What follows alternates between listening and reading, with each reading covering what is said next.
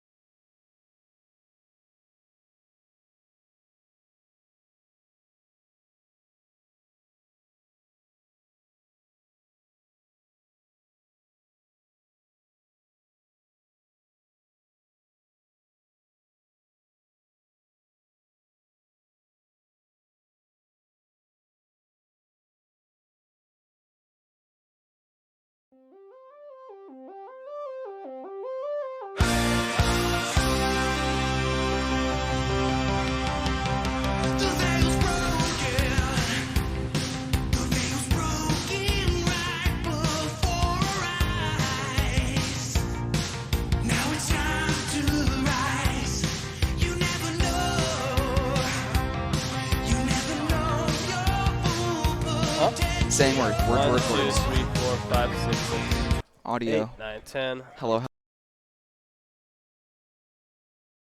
Talk. Just continue talking. Okay. Saying words. Right. Sound is. Hello. Hello. Words. Yeah. 1, 2, 3, 4, 5, 6, 7, 8. Check. Check. 9, 10. Hello again. Oh, I'm missing a good game Looks too. like we're back. Are we good? Awesome. Well, hey. Hey, what's up? Yeah, I'm not sure where you all caught, but I think we'll wrap up with a discussion of water. Just keep in mind, we keep talking about water because that's the metagame right now. But let's be honest, in the beginning, it was mostly Quets. Yeah. You And- saw lightning in forest. But really, lightning is dominant. It was kind of a half and half at first, but eventually it was just lightning is everywhere. Lightning right? edged it out. Right. And that's very common in many games. Not other TCGs. Well, people will gravitate towards the dominant style of play. Yeah. If you want to do good competitively, get the best competitive deck. Heck, Makes sense. these folks want to win. Yeah. Who knew, right? They want to win those medals we have here, which want to see. If we do got those Medals, you say? Medals? Yeah, we do got these medals, for the winners. So that's gonna be very nice. Real pretty. I don't know. So those are really nice. But yeah, anyways, we have a feature table playing right now in the first game. So we're gonna head to that game right now. They Check it out. are in it. Let's see what's going on. Let's see what we got. Okay, so we got a very interesting matchup. We got some Dark versus Frost, and we actually have a very, I would say, like a fairly well-known caster among the players, Liam Yeah. over here, Mm-hmm. who is quite honestly one of the, was quite honestly one of the best runners of the Napa Rebob OTK deck strategy, which is very well known for. I see that fancy terror there in the middle. That is looking good. It is, yeah, these terrors are hot. These are hot terrors overall. And here we have a new name I haven't heard of, actually. Rachel Nelson, right? And she is using Frost, which Frost right now is generally seen as a very controlled type, right? Oh, definitely. The Burrow Huge. is plus Wahila. I mean, this is already a pretty wild board state. It is a wild board state, right? That's, and we got a lot of things going on, right? We got 3 Amikuks, right? Very popular beastie, right? Has the ability to burrow, right? Burrow's very strong. Indeed. Wahila, very, very potent beastie as a whole. Stone skin, but mainly used primarily for that contract That effect. contract basically. effect. It's Oh so my gosh. good. It's so good. Being able to just not awaken beasties, huge, huge, huge, huge, huge, huge, right? And it feels especially worse when you're playing into or when you're using first critter deck, right? Or a deck without tokens, right? Does not Oh be able to yeah. do any of that, right? But still feels bad with this 3 beastie board right now. But yeah, it looks like we got this interesting board set going on here, and we just saw Wahila get destroyed, which is unfortunate, as is. It's unfortunate. But Liam has a pretty solid board right now. 2 Nabby Bobs and a Mothman promo. That Mothman promo definitely makes things difficult because the scared on contract is, kind of hard to deal with. Right. It gives immense pressure as a whole.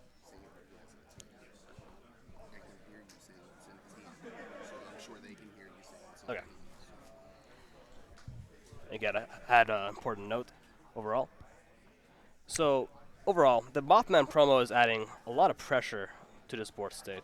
For anything new coming in, yeah, definitely. I think having those 3 Amikuks out already is going to be huge. That was, they're not affected by this scare, so that is strong to already have out.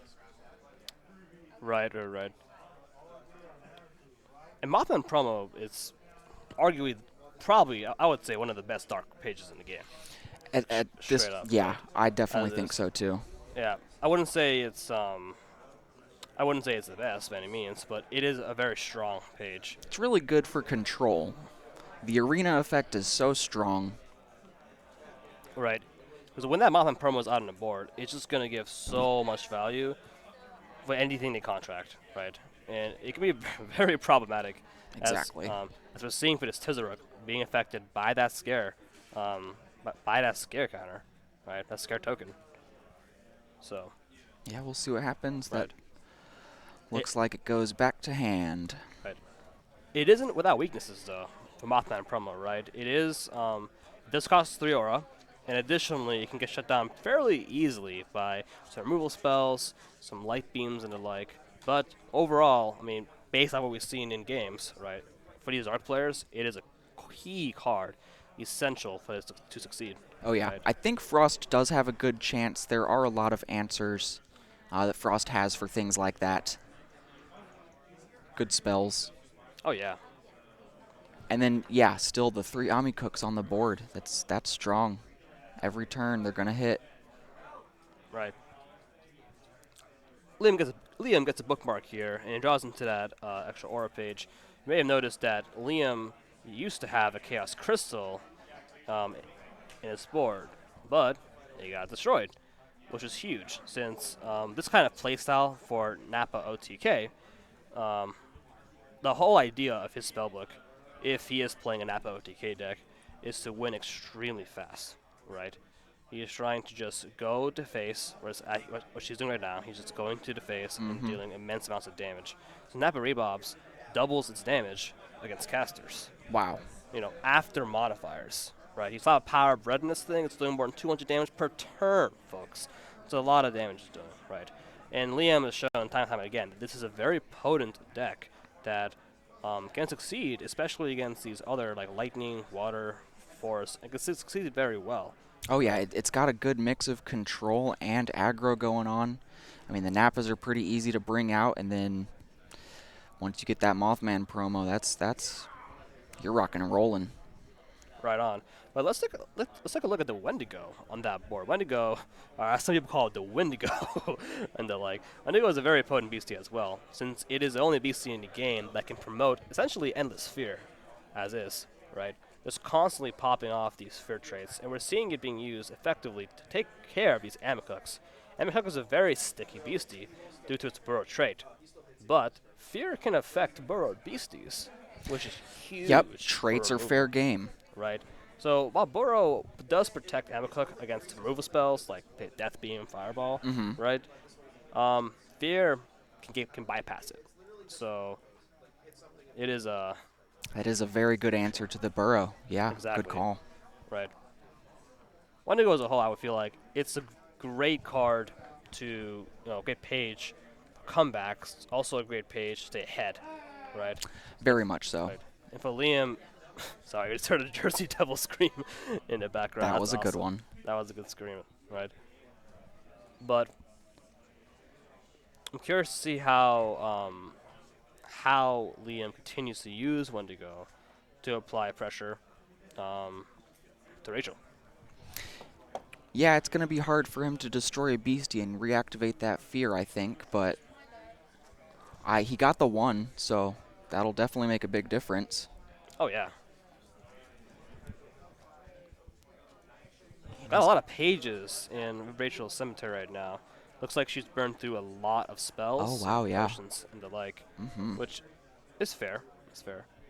What Rachel does have is a couple things over Liam. She has more aura available to use, which could come in handy for these bigger frost spells like Alaskan Vortex.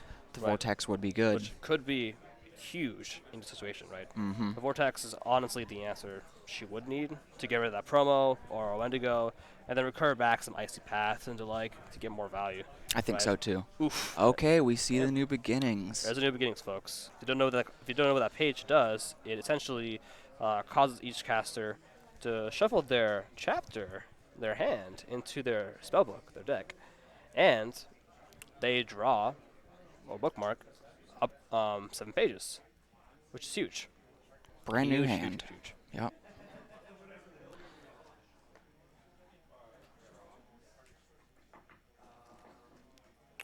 And I understand that we don't have life point totals up right now, but I believe that is something we're working on for this event.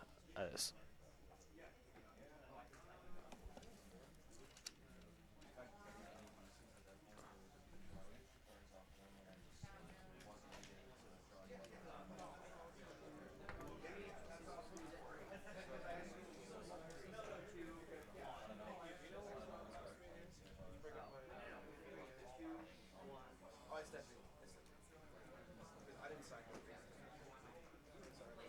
Here we have Liam checking his side deck right here, just checking for pages right now. Yeah, I think there might have been a mix-up with the cards or something. Yeah. All right, here we go with the new hand.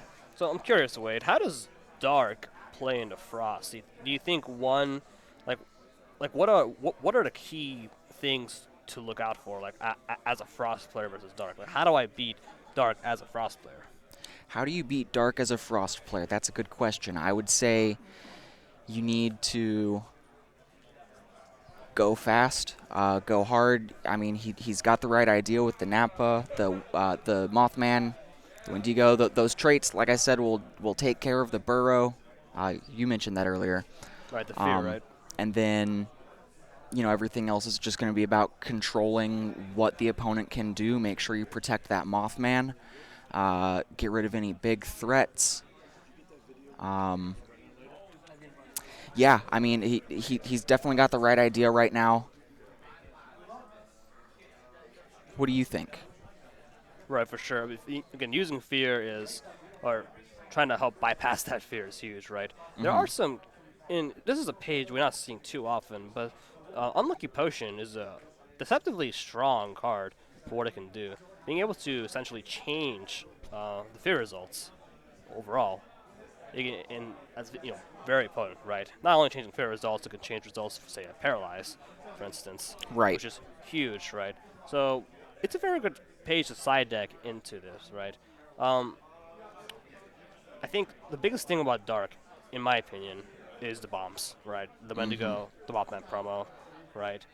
Even a good, just a straight up Cryptid Nation Mothman, 100 damage, right, coming at you, It's a big right? hitter. Even into cold, right? Being able to bring back some Napa Rebobs to finish off a win, right? These are huge bombs to be against, right? And I think we discussed the powered Mothman promo, right? But a lot of these really other like good dark beasties like Napa Rebobs, Vampire Mercy Brown, right?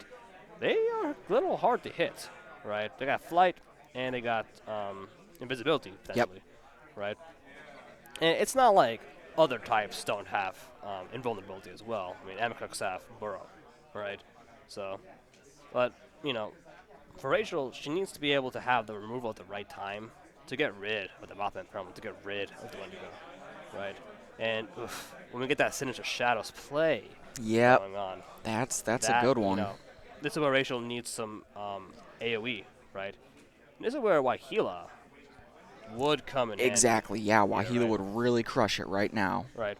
So essentially, for the answer to this question, in my opinion, right, you have to be able to use your removal at the right time to take care of these dark bombs, and additionally hold back your AOE enough, right, to deal, to deal with the swarm that can come out of the rebobs, right. That's huge. Right. Personally, I think Dark versus Frost is a very interesting matchup as a whole because it can go both ways, honestly. 100% agree. Right. They both have hard removal to an extent. Yep. With Icy Path versus Death Beam, or Lasting Vortex versus Zombie Apocalypse, right? Like, they both have a lot of removal. They both have invulnerable beasties. They both have strong beasties, right? I think it honestly also comes down to the early game, right? We've seen how setting up an advantage, right, early on can set you up for success, right? Well, I think that was game one. That was game one, yeah. So yeah, that Like, that Sinister Shadows play right there. yeah, that really was closed it that out. was quite the finisher. Right. So for those who don't know, and maybe we can pull this up on stream, but Sinister Shadows, right, it's a very, very potent page that particularly sees a lot of usage in these Napa Rebob decks, right? Not a fantastic page on its own, but combined with a few dark beasties, right, a few dark one-drops, it can be used to have an explosive finish or start to a game, right? Oh, So- yeah. So what that page basically does is it just creates copies of these little one-drops, little Oracos 1 dark beasties like Napa Rebobs, or even say a Hopkinsville Goblin or a Cabbage Town Tunnel Monster, right? Oh, yeah. And the pressure you evoke. But this card, especially give, are immense, right? Like you mentioned with Quetz, I mean, it makes a huge difference. It huge more than difference. doubles like Right. the base damage. Right. It's Right. really strong. Yeah. If let's put it this way: if I told you you can get a page that costs no aura and gives me a damage boost instantaneously for my beasties, Yeah, not just one beastie either. It's right?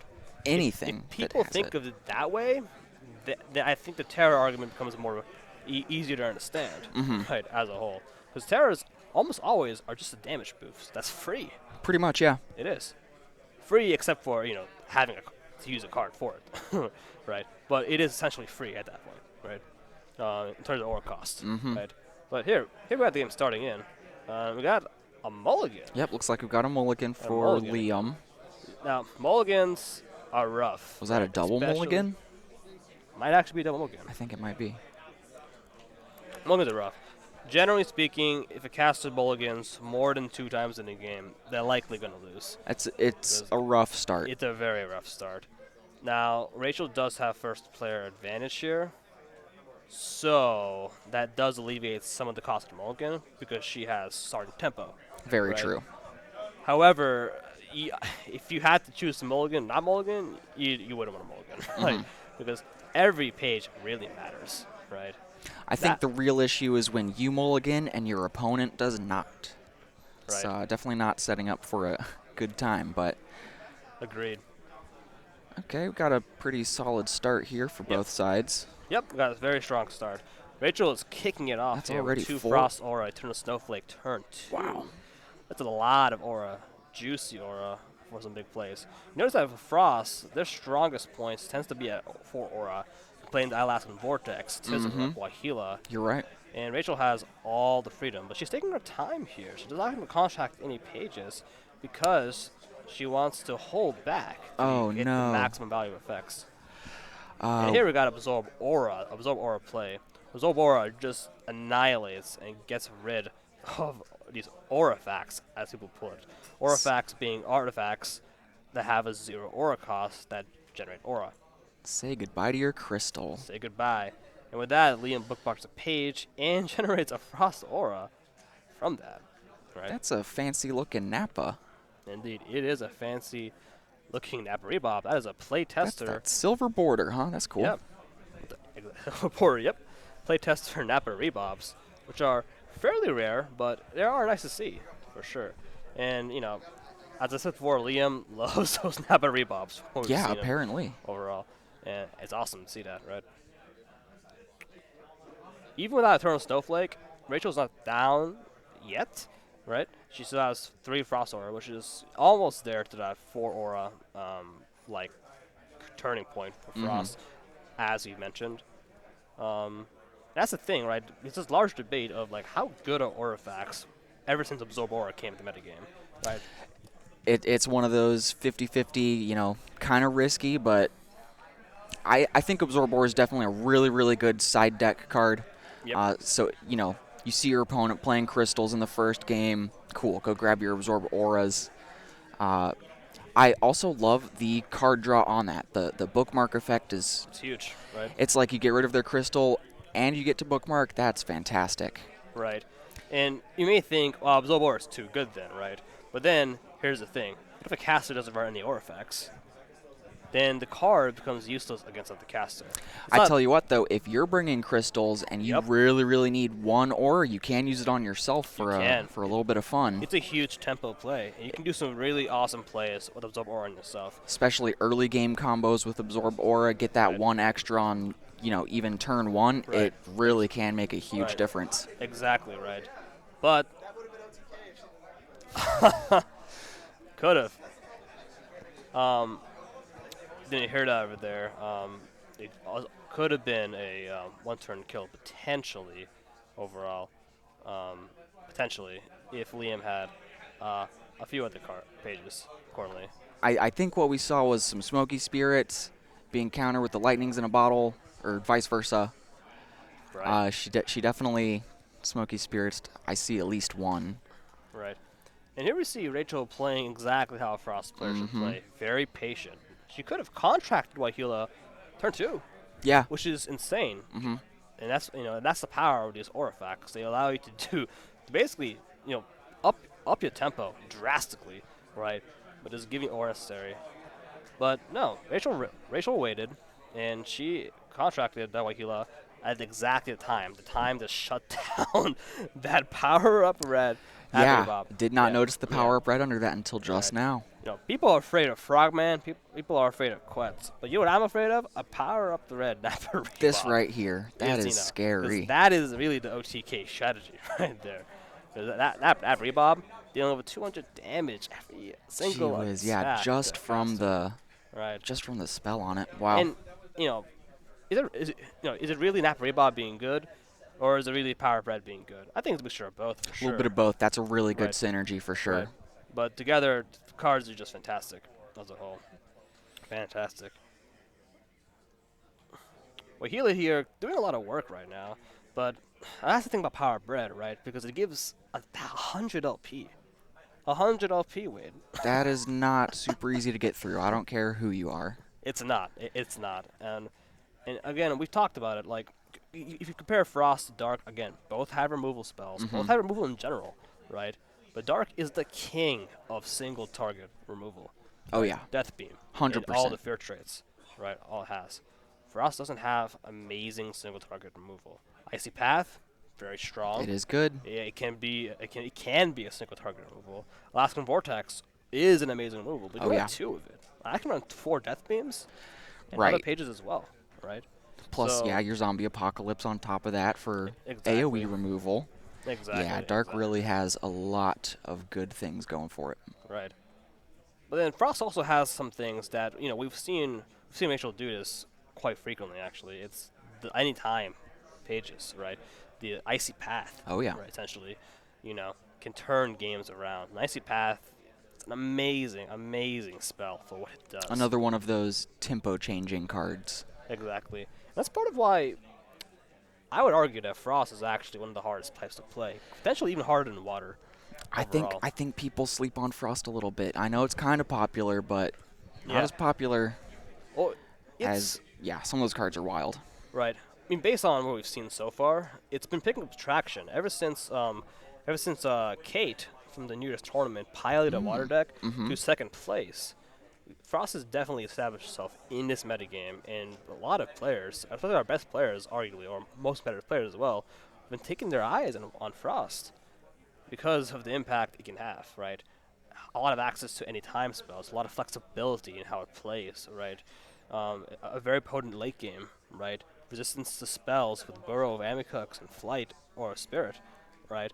Frost has a little bit of everything, but it has the control, that you're looking for in a spellbook, It allows you to play patiently, getting a lot of value out of the Alaskan Vortex, the Icy Path, right?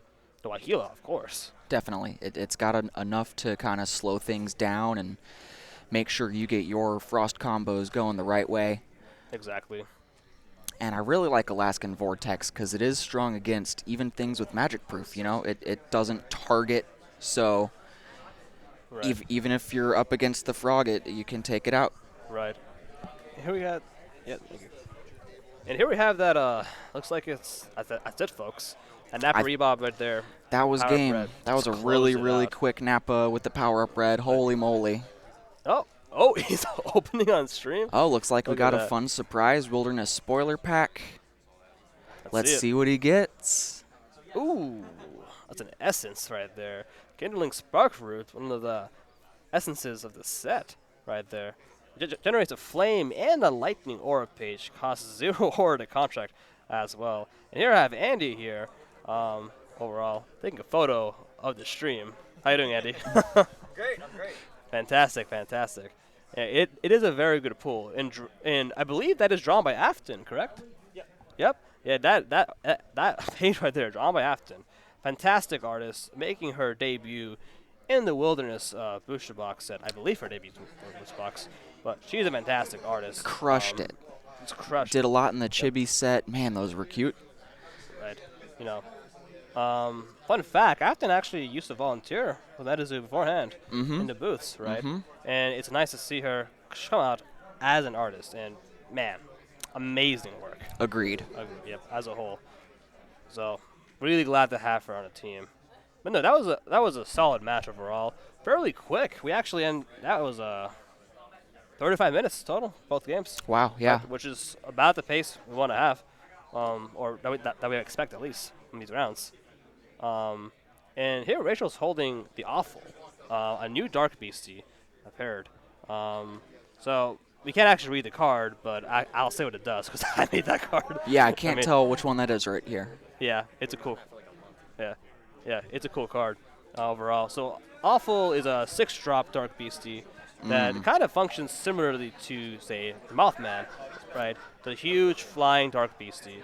A little different because it doesn't have fear, but instead, Awful has potentially the best single target removal in the entire game, since it has on contract and contracted, and essentially just one-shot a Beastie. Wow. If you put Awful into the afterlife. But why is this so good? Because Awful cannot be prevented. Because Awful... Oh, what's up? Okay. Hello. Thank you, Bob. Because Awful's effect cannot be prevented overall. You just contract Awful, pay 6 aura, and you can just one-shot any beastie in the game. Anything you want. And there's nothing that we've seen so far, at least, that can stop its effect at Wow. all. It's a period effect. So that's why it's called the Awful, because it is just awful seeing your beastie. No matter how well you guard it, you can just take some beastie away, just take it out. Gee whiz, yeah, that sounds like a really fun card to play for the Dark players. Right. Wow, yeah, that sounds really strong, Kevin. Gee whiz. It can be, right? Sounds Overall. awful. Thank you, Wade. Just kidding. Sounds awful. No, it can be awful, right? What is awful, though, is the 6 aura cost, right? And, we'll have to see in the future if Dark gets some kind of ramp, essentially, to play into it. It is pretty pricey, but the awful itself can do, it has 135 LP, if I recall, which is absurd amounts of LP Yes. for a Dark Beastie in general, right? And it only hits for 50 damage, if I recall. Only with 50. Scare, which is fair, right? For a 6-drop, fairly low. For a 6-drop, But yeah. with Dusk and with, I believe, Full Moon. Yeah, with Dusk and Full Moon, it can hit for about 120 damage, which is more than a Mothman Crypto Nation could deal without Terra, right? Yeah, so- that is nothing to scoff at. That's a big hit. So Awful's pretty potent overall. I have to see in the future, like how important that instantaneous basically 0 counterplay removal is gonna be for these Dark pages. Maybe they don't run it right. It would have Death Beam, Zombie Apocalypse, and the light. But Awful itself, I mean, you could definitely main deck it just for the body alone. I think beyond the effect, it sounds like it's also a big, good card. So Oh yeah, it's fairly it'd potent. be really fun for the Dark players. Right. So what do you think of? I mean, Rachel's play was actually fairly solid from what we saw as well. I mean, we talked a lot about Liam overall because we've seen it play, but Rachel played fairly well, right? I've always heard do the best you can with what you have, and I think that's what we saw from her. Yep. That was a really wild opening for Liam, yeah. but she held off for quite a while, and It was wild, yeah. And it could have been devastating for Liam, since with Frost, that again 4 aura turn 2, she could have done a lot overall with that. But again, Absorb Aura, it's coming in, getting rid of that. That was aura clutch. bag, just That was- get it out. I'm pretty right? sure he top decked that Absorb Aura too. Did he? I think it was. Ow. So We'll have to watch the replay of that. If so, that's a really good top deck as is. But that's kind of the danger. We talk about the pro and con running Aurifacts, and we've seen, in my opinion, what we've seen from the players, it depends on the spellbook you're running, the play style, right? With Liam, Absorb Aura is an amazing spell, not only to counter other Aurifacts, but to also just use it on himself and get rid of it, right? exactly. Even to counter other Absorb Auras, just to get his value from it first overall. But with Liam really uses those Aurifacts to the best of their ability, Oh yeah. right? Because he can just simply just get out his power spread, turn 2, right, overall, and just sweep and potentially OTK. So and those We very almost aggressive saw decks, it. right? We almost saw the Aurifacts are good. OTK. Right. But yeah, that's huge. I wish you got to see more Rachel play. But Rachel, good job. Thank you. Yeah, that was great. And here we're joined by Bob. Bob is a social media director, right? And anything you see on Facebook and Twitter, Bob's putting it out there. You may not see his face unless he wants to Nope. be behind the scene. Oh, is he coming here right now? I think he's gonna come on camera with us. Yeah. He's coming in. Welcome in, Bob. He has Surprise. an amazing face and wearing a dim mock. It's dim mock, right? What? Is that That's D-Brews. Nightfall D-Brews. A Nightfall D-Brews shirt, which is fantastic. You can check those out as well. Thank you. Bob is great. You Thank want you, to Bob. see the Dimac shirt? Dim Mac? Yeah, that's the Dim Mac shirt. My brand recognition, folks. But Yeah. No, I love all our brands. They are amazing. See And the they make Fresno great on the shirts. back? He's flexing. Probably can't get the Flexing angle. it. Speaking of which, Wade, you really love Cosmic, right? It's I meaningful. am a cosmic guy. He's a Cosmic guy, I wish we could see more Wilderness Sport on stream. We have Wilderness Pack at all we can open? We do not have Wilderness Pack. Let's see if we can get a Wilderness pack potentially. That would Maybe. be fun. Maybe we can hassle for Wilderness pack. Maybe not. Oh, it's fine. I'll get it later. Liam already got us a Wilderness pack already. Maybe if we blink in Morse code, someone in the chat can help us out. Maybe I'll just call Ted up and then. Oh, for real? Okay. Arnaud's gonna get a Wilderness pack, which is pretty awesome. That is very nice of him. Yeah. 8 minutes left in the round right now. Looks like most people are closing out for the round accordingly. And here we have some friendly banter from Wade and I, which is fantastic. We're friends. Oh, yeah, for sure. He's an awesome guy. So, we've seen Frost, we've seen Dark, and that's awesome because we talked a lot about water, but didn't actually see any water yet. Yeah, it's funny. In We spent so display. much time talking about water and then just kidding. I think. But to be clear, folks, there's a lot of water. Like I just glancing at the initial round, there's a lot of water still here, but we just didn't see it around in this table. So Yeah, I'm excited to see our next matchup. Right. All right, folks. Let's do a little game per se, or a little poll. But let's give me a number from 1 to 8, and then that'll be the next table picked for the stream. We don't know the players yet, but just spam 1 to 8, and then Arnaud will pick from the most common there. So, yeah, picking tables 1 to 8. So we'll see what happens. 5, 8, 7. Oh, there's the stream. 5, 8, 7, 3.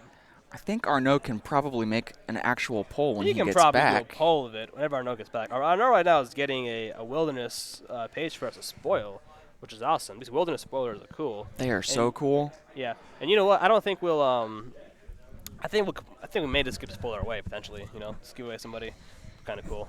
So that'll be awesome. Awesome to do that. I saw a couple of the cosmic cards from the spoiler packs. Oh, they're and nice. Oh They're nice. my goodness. Yeah. And Cosmic Cards, shout out to Damian Hardy for designing Cosmic in Wilderness, right? He did a great job, in my opinion, working with him. And testers like Wade. Yeah, as well. So, great job testing Cosmic, Wade. Thanks. Overall. So that's awesome. So, what do you, It's starting to get loud back there. It can, right? So, I guess we're on a water talk again, right? Since why not, right? Do you think water will win this tournament? Realistically, I think the chances are high for Yeah, Water the to take chances a are win high. today. But like you said, we've seen some really good dark play, right? Very true. And it's really like, let's be honest, right? The Napa OTK deck, if in an ideal state, it is the fastest way to win this game. And That was quick. Yeah, if Liam can literally pull, like, imagine if Liam pulled that combo. Like, you need a Power Bread, a Chaos Crystal or Dark Ruby, a Dark Aura to play Napa Rebob turn 1, a Napa Rebob, right? And then it's Lightning the Bottles. Yep. If you had that exact hand, like, just set up, and you got it every single game, that would be the most, best deck, right? I think they call that Heart of the Cards. Heart of the Cards, yeah. No, overall, Heart of the Cards is awesome. But, yeah, so, and we've seen Liam do it, right now, but in other tournaments as well, like, say, Cast Society, like, we've been able to pull it off before, right? Which is huge. But, again, it's just how consistent is it, right? Exactly. Right? Like, we don't really know, Don't know overall. But it was nice to see some Frost play, which is cool. Overall, though, again, just didn't see that much Frost play.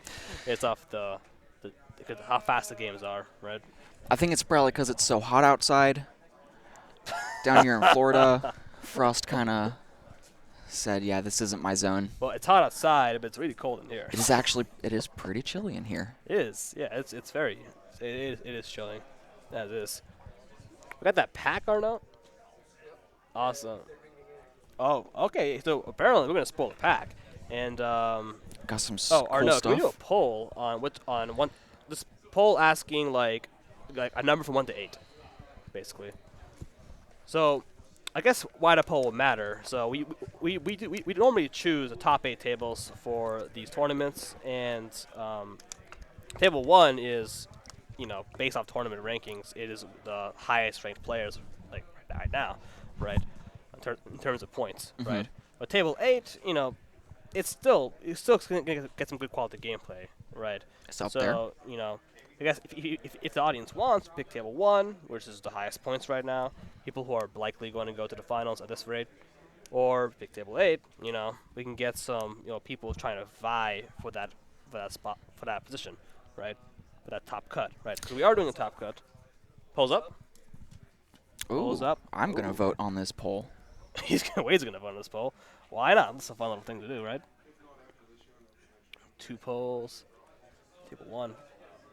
So yeah, we'll see what audience thinks, if it matters at all, right? Yeah, we'll see. We'll see. We'll see. I almost like having the those like midpoint people like table Oh, yeah. 7, 8 come back because they're fighting to get Yeah. higher up in those ranks now. So it's more they're pressure, gonna right? bring the A game. They're It's a lot gonna of- do everything they can. It's a lot of pressure overall, and in general, I agree. Like streaming those as well, but it's also not bad to stream those higher, like tables 1 or 2, right? Also Because true. You're gonna see likely the best players at the moment, right? How they play, but the thing is, though, you're probably also gonna see them in a top cut, either way, which is very possible overall. Yeah, So you may see that, but we actually saw table 4 for that game. that right? was table 4. And we saw some good gameplay overall. Table 4 is a very interesting spot because if you're table 4, you're probably going to go to the finals, but it's also still not guaranteed. Like, it's more a safe zone, but it's still, it's in the middle, right? Exactly. Yes. And like I said, you got those people just under you trying to move up, and should be good stuff. So what are the votes at? For sure. Yeah, looks like kind of a split on the Okay, votes well. right now. Yeah, I guess we biased the results a little We bit. probably but- did, but Probably that's did, fine. but that's fine. 7 to 8. So all right, that was good. Well, I guess let's go 10 with 7. Yeah. Yeah, Good. lucky number 7. Yeah, lucky 7. Why not? Overall. And Nice. then we had another Jersey Devil scream. A lot of Jersey Devil screams today, folks. I'm not gonna lie. I think I've heard at least 4. At least 4 At so least far, 4 yeah. Jersey Devil screams today. And the best part about Jersey Devil screams is they vary extensively, right? Their volume, their pitch, right? And it doesn't matter for gameplay, but how they do it really evokes like the kind of person they are Yeah, as a caster. we've heard a Right. funny one. We've heard Right. like an actual scream, Right, and that one was pretty funny. right. I think the most memorable scream I had was in Collecticon in Houston, right? And it was a scream so loud and so authentic that literally, like, I had Damien next to me, right, and like in front of me, and like, and other like I think you were there as well, like, or were you there? Maybe, I don't know. I wasn't in the tournament zone, but I was in Yeah. Houston. Right. It was so authentic that people just shuddered. Like, people paused. Like they like stopped walking. And he gave me a face. He was like, Is this person okay? yeah. And then it went from like shuddering to like excitement because they were like, that was cool. Oh, this is part of your You game? know- That's interesting. It is part of it. That's so cool. At the end of the day. And Cool. It looks like our mics did pick up that last scream, so hope y'all enjoyed it. for sure, right? How long do we need to talk about tables? That is a good question, right? Tables are important. We're using one right now. Tables. Yeah, we got a lot of tables in here today, y'all. I know. Now we'll avoid table talk. Next conversation to kind of go into regarding the tournament scene, right? So, what do you think of aura types that? I got Liam staring at me right now. How you doing, Liam? Overall, oh, he's creeping in. This is a guy that was on our featured table just then. Doing well. Yeah. Did you like Indeed. our match? Yeah, it was a good match. The audience seemed to like it as well. It was a good showcase, right? Overall. No. Please don't. Overall. Maybe the upcoming meta. I mean, it's just Sure. getting spoiled, so Yeah, it is getting I spoiled don't know right if, now. is there even a meta yet. With Wilderness. I think it's still just Nightfall meta right now. Yeah, it's still a Nightfall metagame. We're close. Wilderness Yeah. is coming soon. Yeah. I've heard. Yeah, that said, we can speculate overall. And, I'm hearing something I'm hearing a lot of from these players around us is that they're liking the cosmic spoilers a lot in Wilderness. I saw a as couple well. people mention the cosmic spoilers as well. They do Right. look, I mean, Right. they look great. They look amazing. Aesthetically beautiful. Right. But the gameplay is really awesome. They also Right. look pretty cool. Right. Overall, some names I've heard, maybe look this up, is like atmospheric jellyfish, and we've seen lizard people. We saw in the lizard spoiler, people. right? Overall, but also that jellyfish is so cool. The jellyfish, ah, gosh, the art is so good. Poncho was the artist on lizard was. people and jellyfish, and Right. man, yeah, he really killed it with those two. Oh yeah, it's gonna be awesome, right? People are also liking the dark spoilers a lot from Wilderness, I presume, right, from what I've heard of at least. At least one spell called Hateful Demise. which Hateful is- Demise. Right. I actually have it in my backpack. I opened up one pack and it had that. So that was a good pull. It was pretty nice. My one pack I got. So that's cool. But Hateful Demise, it's basically a removal spell that essentially just deletes any beastie that has a two or more traits, or has magic proof. Right. There's a spell that just hates magic proof beasties that much, and it's just gonna destroy. It's just gonna destroy it, right? And it could be a very good Death Beam alternative, right? Overall, I mean- since you actually can't run the page in a spell book that has Death Beams, because it cannot be put in a spell book with pages that cost 3 or more aura, essentially. So it has that restriction for sure. Might be able to actually pull it out, but I have to leave the shimmy for a second to do that. And a lot I'll of show it things later. have 2 traits, so Yeah. if you don't have the death beams, that's definitely a good card. Right. And you know what? We've seen a lot of our most popular beasties have 2 traits, right? Most of them do have 2 traits to some extent overall, right? While at Laker Station, right? Mothman, Oh yeah. right? On promo, we got not Frogman. He has magic proof though, but Quetz, right? 3 traits, right? On that. So got a lot about dark bombs. Flying manta ray too, right? So a lot of these beasties that have that are bombs, right? They have 2 or more traits. So Hateful Demise should be able to just ping them off, no problem, right? Oh, yeah. Especially since the page cannot be prevented, right? Yep. So now No dampen for you water players. for sure, we had that spoiler, right? I'm setting up the camera. We don't have packs because we gave them all away. Oh, we get them all away. Oh, that's But we okay. can show up some cards. Oh, we can show the card. Yeah, right there. The card. We can cool. show it up. Sure. Show it off while waiting, right? So here we got a Wilderness card here. I'm going to put it to the camera. See if I can get it over here. It's Janet and Rosetta Van de Voort. Van de Voort. Yep. I think that's the name. I don't know if I can show it better or no. Let me try to set up the phone. Yeah, no problem. No problem. Well, let's see if we can get that picture set up here. Here's the card.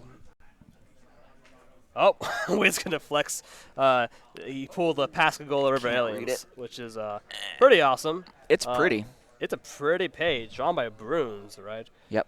If you don't know Bruins made some of our cutest cards in terms of his style. Very soft style, right? But pages like Erods, which is, if people ask me what's my favorite favorite beastie, I'll say Erods just because of the art is so nice for Erods. It is very So- pretty, like simple, elegant. It's a good card too. It is a good card. Yeah, it's a really fun card to play with as a whole. And, probably my favorite deck to run is just an Erods deck. Like, using it, just like chain it with some tribal boosts or the tribal war cry. Like, it's fun. It's so fun. Always something to do with the Air Rods deck. Oh, yeah, for sure, right. And with Lizard People, it got a little better, potentially. Yeah, absolutely. Because you can search for Erods now. Mm-hmm. Or, say, Kenoric Blob, Atmospheric Jellyfish. We mentioned it in Wilderness, right?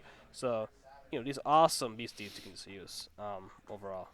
It feels good too, Wade, not gonna lie, because now these spoilers are coming out. I can talk about these cards more openly. Yeah. How good these spoilers are out in the public. Thank goodness. So excited for the real know. release. It's gonna be so fun. I know. It's weird because, like, in R&D, right, like, you make the cards, and like, I have to keep my mouth shut for so long till the spoils, right, overall. A little scary, too, and exciting to see what people think of the cards afterwards. Right, it's huge, right?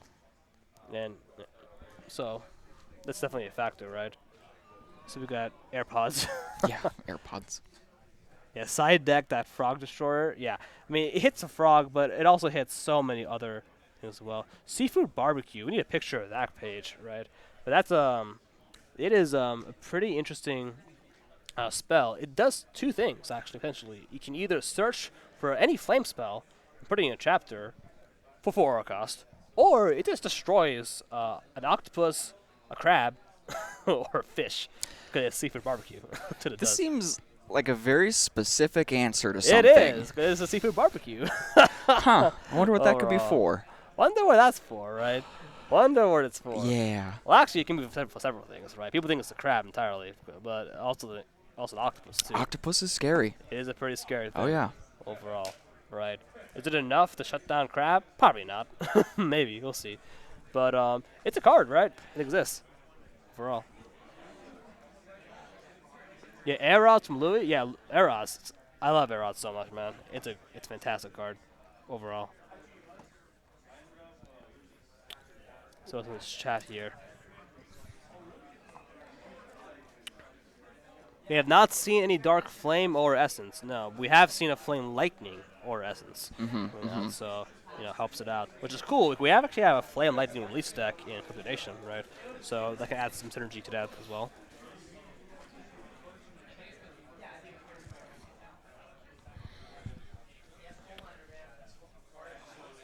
Well, I don't know, Chad. What other questions do you have to ask us right now? Could talk about more about the metagame as is. Oh, hello, Cryptozoology, Paranormal Museum. You guys are awesome. Are we gonna be at Fort Worth Collecticon? Likely.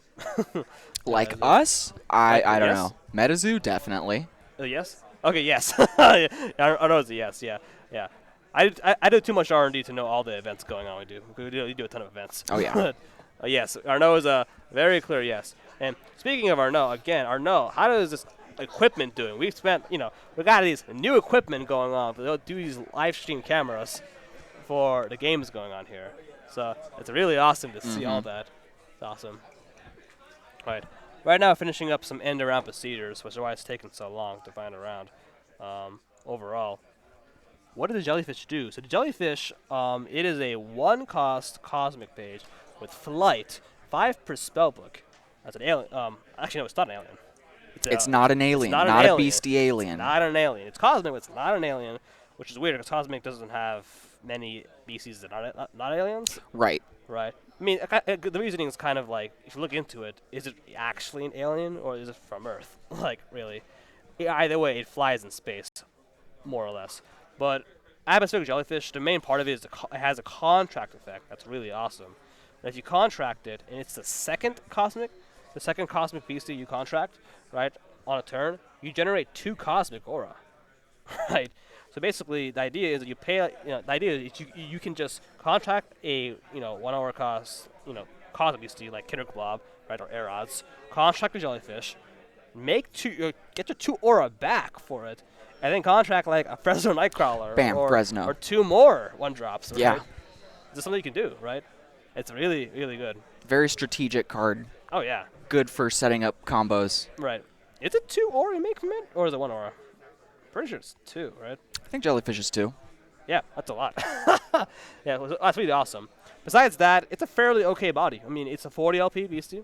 Yeah. Right? Not bad. And it has poison too. It has poison, which with a is 10 damage attack. it adds up. That's we've seen the power of poison with Lufer Lang in some of these tournaments, right? Being able to just get consistent damage output on casters can be really huge for your early game aggression, right? And a player who was good at this was actually Danger Zone. Danger Zone got 3rd place in the New Year's tournament Okay. overall, right? And he piloted a very good first critters overall, right? But I think he was for me, he was known for Lufalang because that was a new card that he just started to pioneer in this metagame, right? Because of its potential poison aggression and just dealing, 50 damage per turn, basically. Yeah. Right? Which is a lot of damage on a 1-drop on contract, right? You compare 50 damage or 50, net LP loss, right? To a caster to, like, say, Gummer, right? Gummer by itself hits for 10. That's it. But Lufalang hits for 10 as well with the poison too.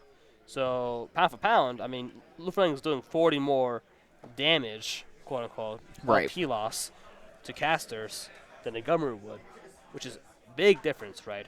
Let's put it this way: one Luferlang or atmospheric jellyfish, one attack from it directly to a caster takes away a 20th of your LP. It adds up, and it adds up It quick. really adds up. 20th adds up, right?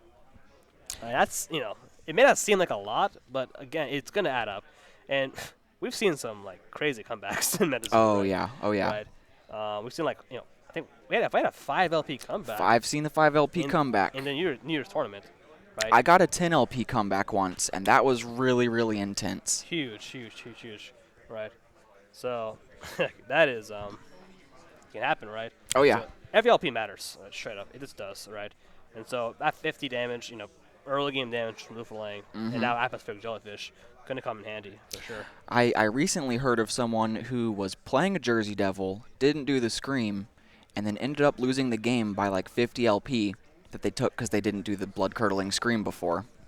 Yeah, I don't know. Me personally, I don't do the screen because I don't want to. Ironically. Yeah, I mean, And I I get won't it. take that 50 damage, but hey, if you want to do it, be my guest. Right. Let me hear that scream. If I really want to win, I may do the scream, actually. If I really, really want to win. Depends on the I day. Really want to win. I have to really want to win to do that scream. But, yeah, I mean, it's totally fair, right? Overall, all you good. Yeah, so the packs these are spoiler packs for Collecticon, and we're just showcasing the set, right? And it's coming out, right? The Wilderness drops next month, actually, on the 31st, right? 31st. Right. It's coming up quick. It's coming really fast. It felt like this January, Yeah. like 2 months ago, right? So that's pretty awesome, as is. All right, folks. I know it's been a lot of banter we've been doing, waiting for. Well, we should have the next round coming in very soon, actually. And yeah, so again, we're halfway through these Swiss rounds, right? Yep. Um, So we're going on, 2 rounds so far, right? going up to round 3 next. Okay. Again, I'm curious. Again, I'm most curious on the top cut ratios of archetypes, right? Very interested to see Very that too. interested, right? And by the way, we will be posting the deck list of the top 8 as well in the future after this tournament. So, be huge. But again, back to the relevance of this tournament, in my opinion, right?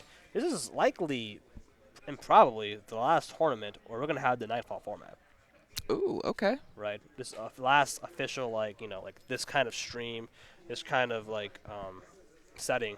This is the last official showcasing of the Nightfall format. Kind of a goodbye, if you will. And maybe we should have themed it along those lines, but it kind of is like, hey, goodbye Nightfall format. And it's been an awesome format. We've seen a lot of changes, right?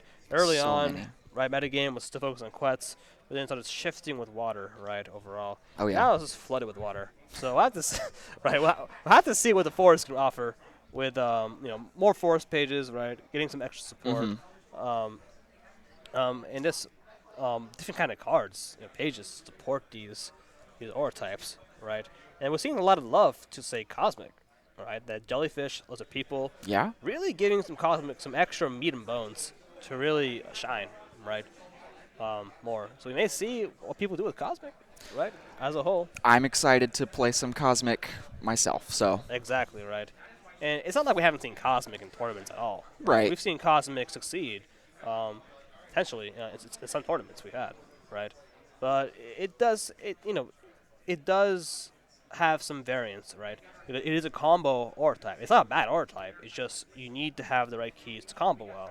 But similar to that Revops OTK, it can win pretty quickly. Yep. Let's say power for Eds and the like, right? I actually won. I believe I had like a 3-turn win with a Cosmic deck, Arrow deck.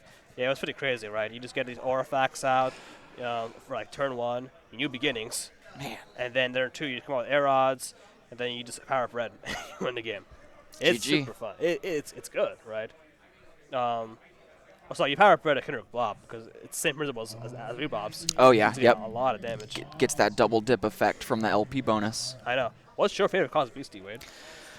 Okay, so if we're talking just Cryptid Nation and Nightfall, Yep. definitely Fresno.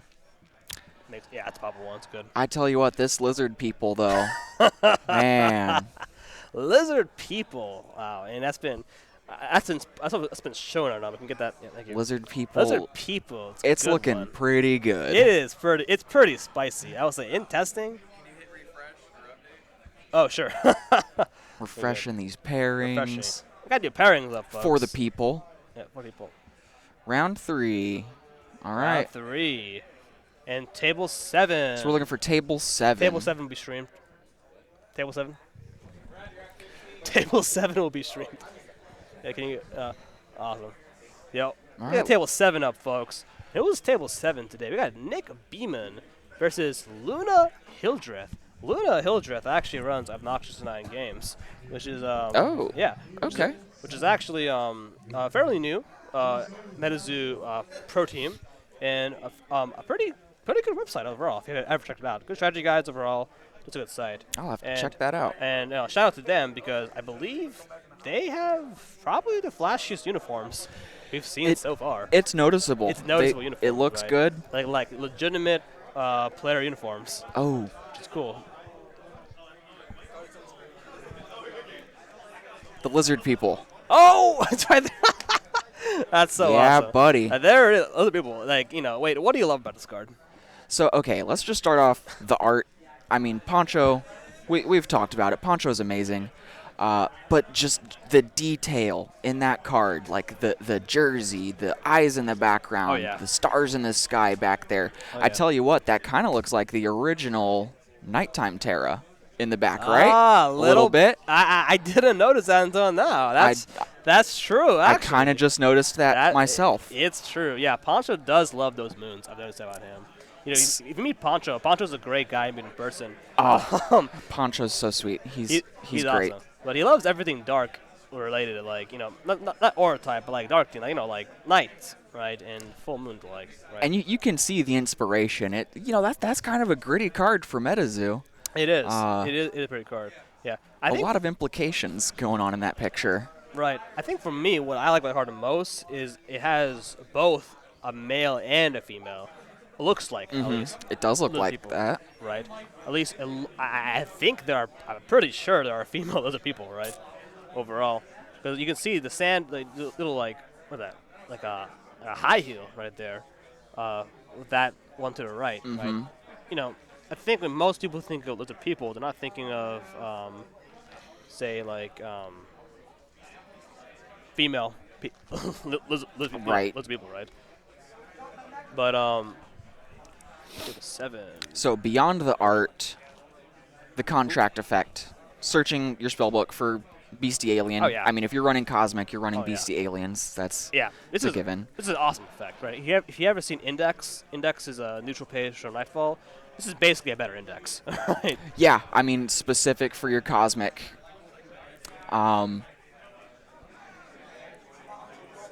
Got some reading going on. Okay, yeah. Yep. So 4 rounds. Yep, 4 rounds. Yep, 4 rounds. Let's cover on again. So 4 rounds would be good. The effect on the attack is also fun. It's always nice to scry the top of your deck. Oh yeah. Love that. 6 per spellbook. That's Ton. awesome. It's a ton. Oh. That's rope ride levels, right? That's a ton of those people you can run. Right. 50 LP for a 2-drop, it doesn't have any evasion, but lets you search for something you need and Right. bring I it mean, out. 50 is not bad, right? 50 isn't bad at all. It's 20 more than the Gummaru without. It'll without take a boost. hit. Right. It'll take a hit for sure. Takes 2 fireballs, Exactly, yeah. Right. It's not going to go down super easy. so it's not bad. The top page effect, just looking at it, right, it has some usage right now. Mhm. Like say with Aerods and the like, you kind of see even like say bookmark, right? See, I want to play bookmark now or later. I don't know, right? It's up to you. But yeah, I mean, we'll see in the future how useful it becomes, right? Oh, yeah. Overall, just looking at that top page. I like the new aura symbol down at the bottom, Yeah, like on the left of the that's page. really cool.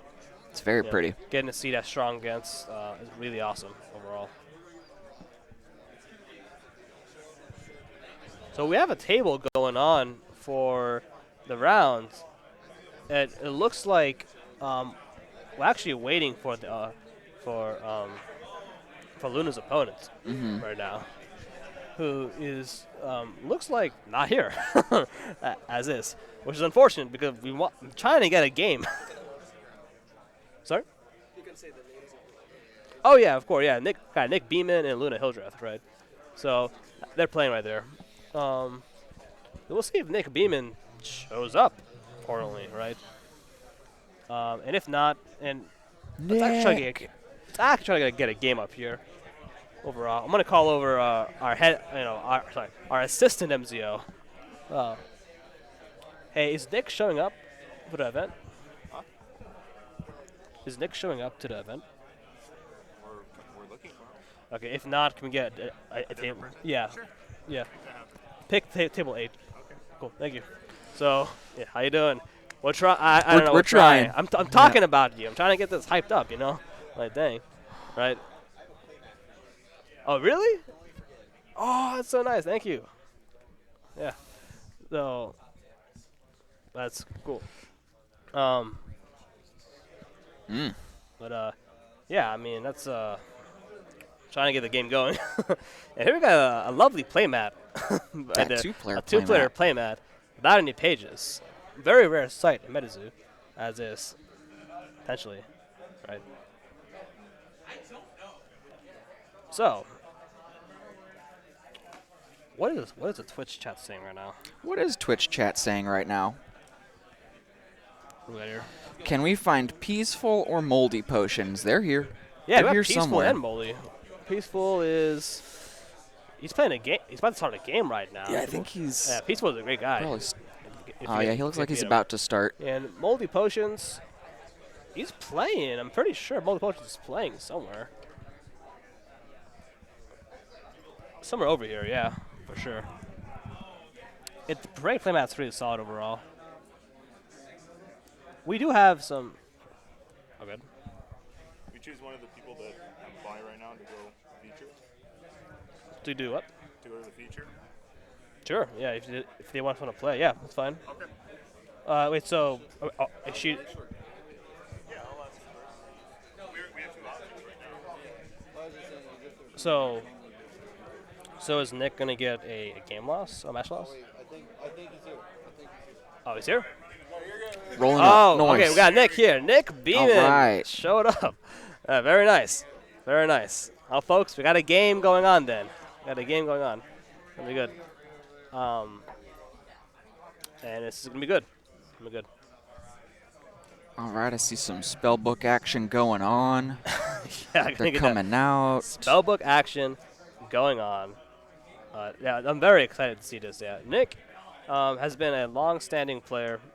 Is showing up to many cons. I've seen him since last year. Very nice, and a veteran player, as is.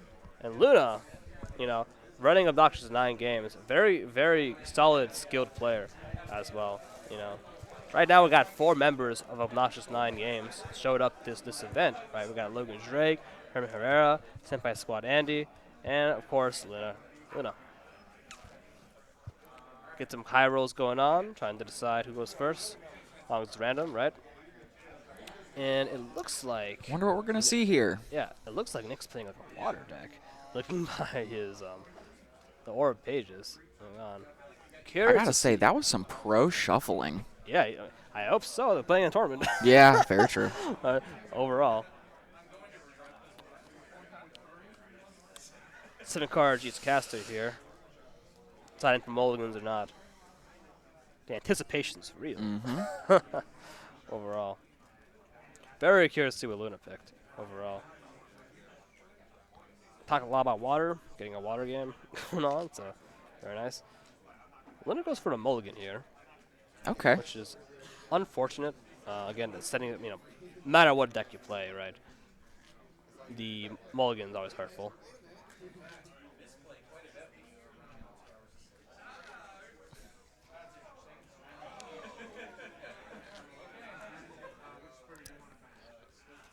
Can't tell what that is yet. I think I saw a little, but I believe it's forest. I think you're right. Yeah, I saw some green there. Looks like a little forest. Growing a little bit, right? Ah, very exciting. Mm-hmm. Nice hand. Okay. Yeah, this seems Solid all hand. right. And we start. Bookmark from Luna here. Mm-hmm. 4 star drops. Classic. Question is into what beastie? Contracting a Roperite Roper right. That's a great Yes. first move overall. Classic play. Lightning in a bottle. for the convert. Goes into another Gumroot here. Spicy. And this is, this is First and Critter at its finest, right? The amazing turn 1 tempo play, right? Oh yeah. Especially for Luna going first here, is massive. Water Aura turn, that Water Aura is very potent, right? One more Aura, bang, Frogman, bang, dampen, right? Water tends to have a pretty weak early game though, right? There isn't that many, it's not that many beasties you can get out with the 1 Aura that are efficient. The Water Baby from Nightfall, very potent with 1. Sir Alligator as well, if in a city, which we may see a lot of tomorrow, hint hint wink wink. I Right? bet we will. Because of the competitive standard format. Here we got Luna is just dropped in, it's double the amount of beasties they had on the board, right? Yeah, this is a great start for Forest right now. Holy moly, yeah. Right. Gumroot's hitting for 40 damage right now. Roperite's hitting for 45 damage right now. Another one, another Roperite. 5 Tribal Boost beasties. This is a very, very strong point for Forest, right? At this point, Forest has a lot of flexibility, since with 5 beasties hitting for 250 damage without beasties on the board, just throwing it in. And, of course, being able to kill that Wallable Crustacean pretty easily at 5, right? Yeah, I mean at this point, Forest has what I would say is an answer for most anything water can do right now. Exactly. Uh, Oh, speaking of the crab, here we Okay, got though. the crab, Crab is always a good thing to bring out. right? Nick Beeman playing fairly slowly here. Here Luna has, so next turn. Here Luna, past turn. Okay, never And mind. all of this with only 2 aura on Luna's side. Only exactly. That is wild. Oh yeah, convert, extremely potent. Oh yeah, Extremely especially very early on. potent. Yeah, 2 pages in Luna's chapter. Contracting a Roperite. We're at 6 total beasties Luna's side. Tribal Boost hitting for 60 damage for Axe Hounds. For Gumroot, 65 damage for Roperites. Very, very potent. As is. It's a lot of tribal bonus right now. Right. Luna here has a very interesting choice. The Wall of Relaxation could pose a very big threat as a defender, and as a way to remove those pesky Gumroos and Roperites because of the Paralyze. This Crustacean can get rid of the Tribal Boost off the Roperite. Mm-hmm. And any beastie really on the other side.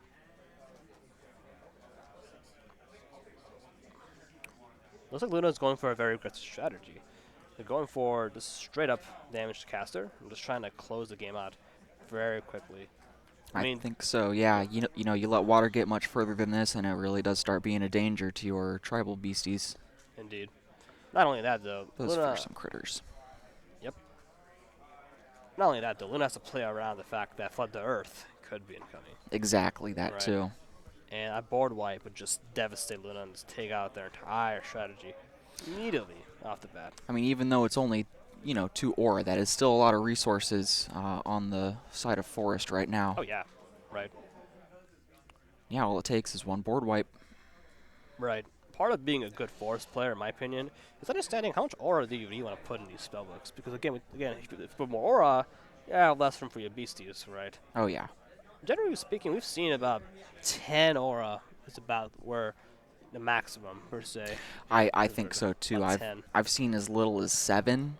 7 is low. I was thinking 8. Yeah, 7 was the lowest I've seen. Usually around 8 though. That seems to be a good sweet spot. Right.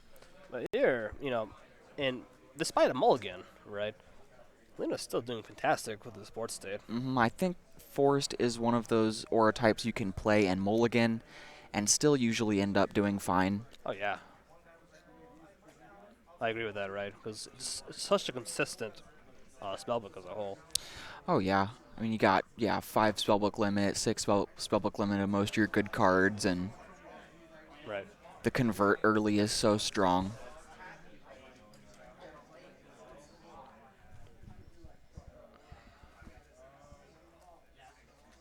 And here we have some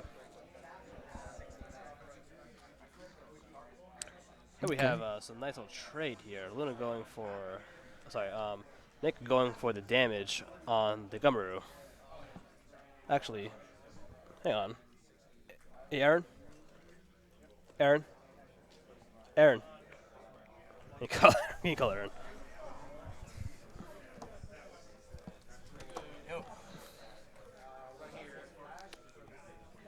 Can you check if Gummeru should have damage, because I don't know if Paralyze went through in their game. Just tell Tyler. Yep.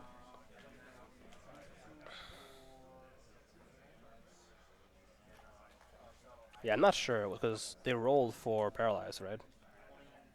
I think so. Yeah. Gosh, yeah. So much happening. I probably missed it. Yeah, so they were Paralyzed. I believe it was odds, which is tails. And so Gummeru can't have any damage on it because of the... Right. And if it... Maybe it was a counter for something else. Right. Okay, No, I think you're Alright. right. I think Okay, it let's was look at just... the call, right? yeah. For sure. While we are commentating, we can look out for these plays. That's true. Overall. Okay, it wasn't yeah, damage. that's kind of Alright. what that's like literally what I was about to say before. Totally fair, right? Because But it, yeah. it was a 4, so I thought it was 40 damage. But anyways, yeah. That looks like game one That's in the game one. books. That was... Yep. Yep. That's classic Forest, man. That's classic. You know, the Axe Handle Hound really was a amazing card for Forest and Nightfall. Right. Synergizes with the BC Right. fearsome critters already. Right. Really rounds out the archetype as a whole, making it a lot more consistent. And it's also nice because if something does happen to one of your Forest beasties, now your Axe Handle's stronger. Yeah, little bit, right? A little bit. Overall, people. Very swift game, That one was quick. Yep. right? And honestly, Luna showing that overall Forest is still consistent even after 3 sets, right? Very oppressive. Right. Potentially, right? And Right. like how do you counter water? You win fast. Yep. Go I wide, love go it. fast. Win fast is a thing you can definitely pull off, right? Overall. That's some side decking action here. I'm curious what both casters are gonna swap out in their spellbooks. It was unfortunate though. Nick had a very large chapter last game, and fortunate that he was able to get a lot of value from the pages he had. Mm-hmm. But it's too early to tell right now what Nick has done. What kind of spellbook Nick actually is running. Yeah. Right. Didn't really get to see too much out of it. Right. So far, pretty standard. I mean, Yeah. the Wallowa, it's a lockdown deck, or is it just a standard water deck, right?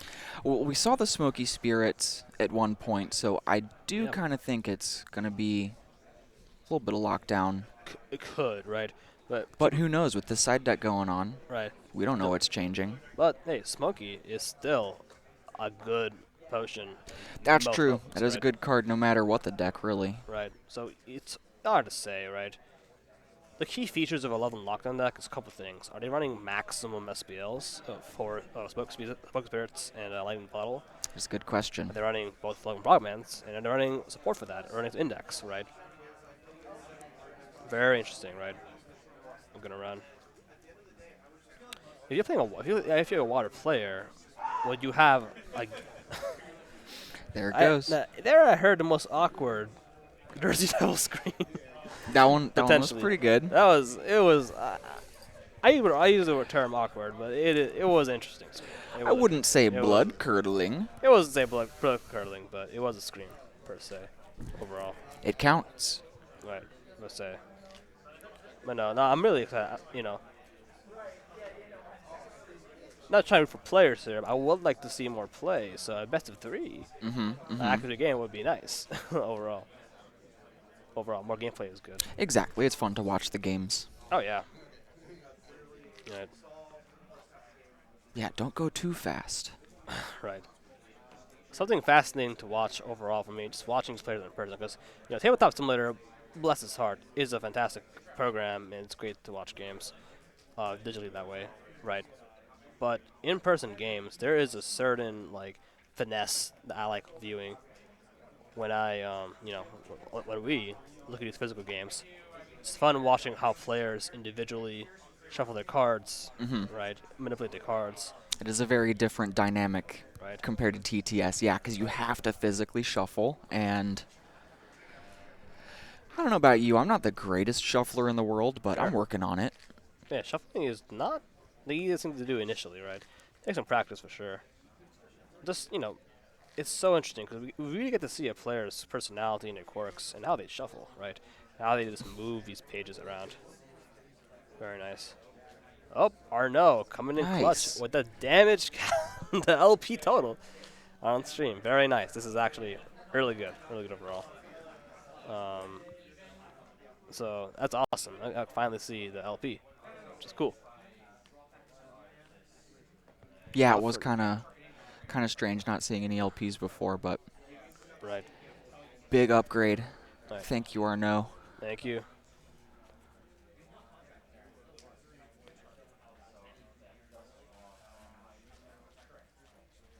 So as a water player, a primary way to counter Forest is actually using those Bubbling Brews. A Nightfall Potion that does quite damage. Forest Aura by Luna, matching that Water Aura play. Hopefully Nick's hand is more potent than before. All right, so looks like we got slow turn one. Ooh, interesting. Well, slower than last game's turn one, at least. Right. That's very interesting. Luna decided not to contract a Beastie, or if they had any, right? Taking their time instead, which is rare. We don't see many Forest players. Like you see a hand like 7-page draw hand. Of course, you're Right. gonna play a Beastie potentially, right? It's almost impossible not to get a Beastie with the initial hand, Oh, yeah. but not playing into it is very interesting. We're gonna have to see why Luna does this momentarily, right? I think Luna. I know, right? That screen again. These screens are great. That was another good one. In this event. A lot of Jersey Devil play, I guess. I don't know. Going on. Some ping damage. Some ping damage to Nick right now, right? 25 damage for Bright. Coming in. Ooh. There we go. Oh, Oh. no. No. Great counter. Holy There. moly. There we go. What a dampen. Right. And here, and here, Luna gets denied heavily in New Year's by the dampen, right? Yeah, very, very clutch dampen. Okay, we see the growth. That was a good top deck. Yeah. That was a really good top deck, but another dampen. Just Ouch. crushes. That hurts. Yeah. That really, really hurts. Just crushes, Right, so, again, like, as a Forest player, you have two main outs, right? A New Year's or a growth. Yeah. Maybe that- in your beginnings or in your beginning, but most people run New Year's, right? Uh-huh. For the aggressive. For the Refill aggression. that hand after you empty it Yep. every turn. Yep. And Nick just able to just get rid of. He was ready for it, Yeah, man. ready, just ready. Wow. Taking his time, really. Overall. If only Luna had a single more aura.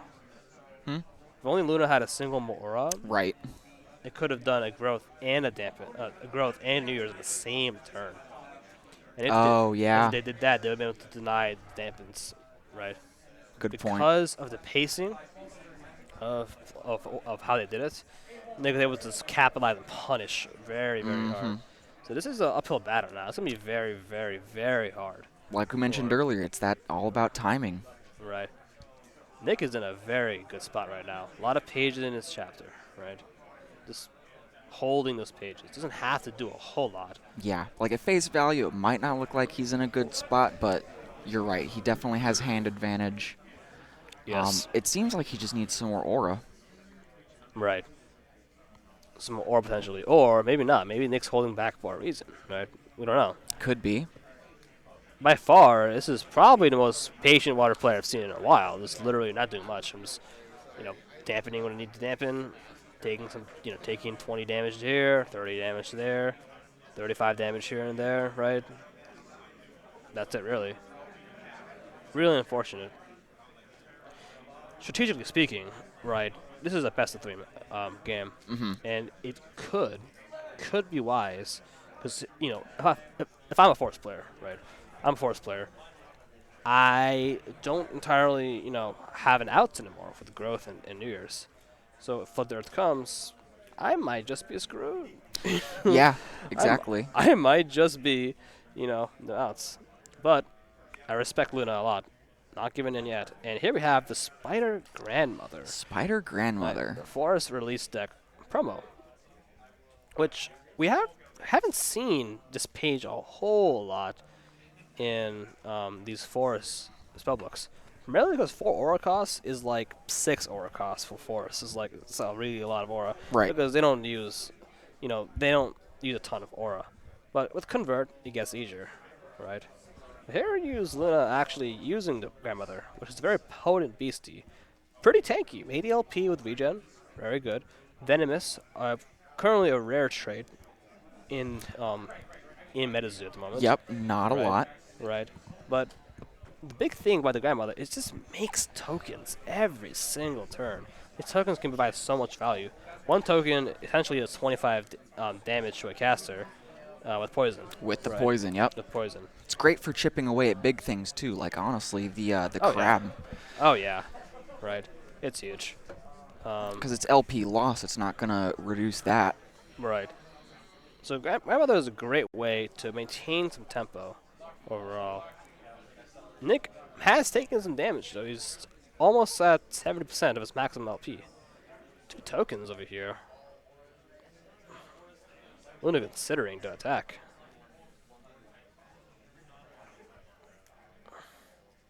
Smoky Spirits going on to the Wallow right now. They're taking the 5 damage from that token right now.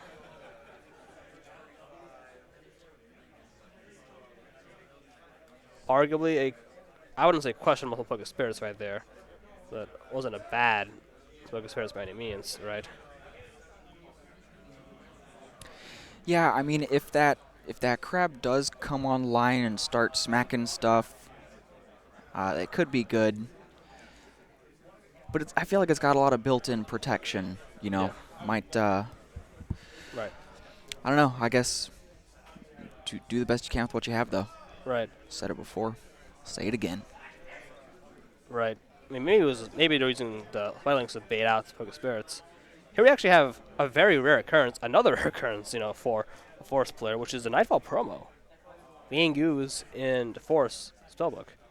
Yeah. And the value, where's that? Why would you contract it? Well, one thing, these Axolotl Hounds are from the Nightfall, set. And overall. Plus, they also get a nighttime bonus. So with the Axolotl Hounds, nighttime promo could be an essential damage boost to carry through. And Luna not giving up yet, putting in a lot of damage to Nick right now, right? Nick is actually getting into a clear danger zone. Yeah, even definitely. Despite the outs of Luna. Right not being into the there. danger zone. With 2 more Spiraling tokens. That's a very potent ward state right now. Yep, and if you don't deal with them quick, they can get out of hand very fast. Correct, right? Okay. from the Walla All Walla. right. It's coming up Sure. very quick, right? Very little thought choices. I'm going to power up red. That's a Goblin great card. Brew. There's a bubble to talk about. Good Bam. combo. Smacking it out. Wow. Right. 50 LP, 50 damage to Luna. What's it at? Start Crab. knocking stuff out. Crab going to go into assault here. Going to swing in. Take out the Axolotl Hound. No repercussions. Lighting in a bottle. Going to do it again. Okay. Take out Axolotl Hound. Bookmark a page. No repercussions. Wow. Right. Another one. Just Wow. coming on in to the Grandmother this Uh-huh, time. uh-huh. Taking it out. Nick strategically goes for the tribal species first, 'cause that's the core damage. Another lightning in the bottle. Is That's it a top deck or is it not? Doesn't matter. that's a board It's wipe gone. without Flood the Earth. That was Alpha of the Earth. wow. Bookmark, top deck that water aura page. Bookmark, get 2 more pages. Sure, why not? Poison damage coming in a little bit. Yep. Luna, looking a little rough here right now. That was That's very hard to deal with right now. That's Power definitely a Bread turnaround. and Wallowa, right? It makes sense why he was being so patient now, Oh, yeah. stacking up the lightnings. Agreed, right? Power Bread and Crab, devastating, right? This is why you really need a Death Beam at this point. You need Death Beam to some extent. Take it out. It's rough, right? There was an argument to be made. Maybe Luna should have went and destroyed the Crab. Yeah. Because if she did, At least start that poison ticking. yeah. Like, it would have...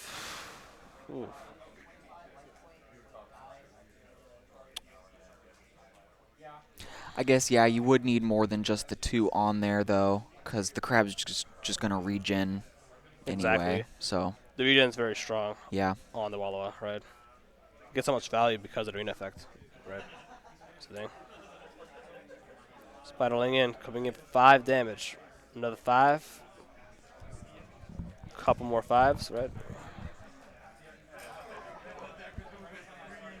Stacked up the 3 poison. So that may look like 20 damage on sight, but it's actually 60 LP loss as well. Yep. 2 turns, right?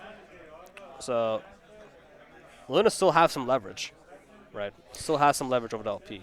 It adds up, but if Nick can get more out on the board, Yeah, Nick doesn't even have to do much, right? uh-huh. Literally just hold back Wallowa as a defender, just swing in, right? Forest doesn't have the damage output to just deal 370 with spells, right? Yeah, not quite, You not just quite. can't. You have to have that board state if you're gonna get through, right? With these first encounter spellbooks. Again, this is where it maybe wise to scoop just so you can get a more time during game 3. That's right? true. Yeah, Speaking of time right what now, let's is see our how much time we have for the game. Okay, we got 25 5 minutes, so It's a lot of time. I'd say, yeah, still plenty of time. Plenty of time. That round 1 Yeah. was very quick. It was. Nick being very aggressive here. Instead of defending with the crab, potentially goes straight to the face. Trying to pull in the aggression now. Fighting fire with fire.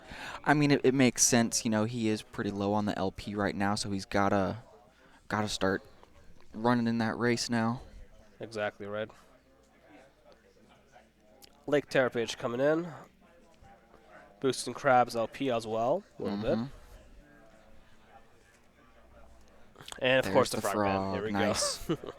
That Frogman. Nick just brewing it up with these potions. And now The rest of that getting poison that with damage. Potion Master. Frogman.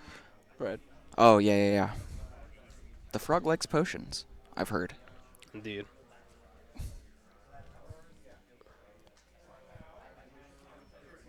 It's a pass.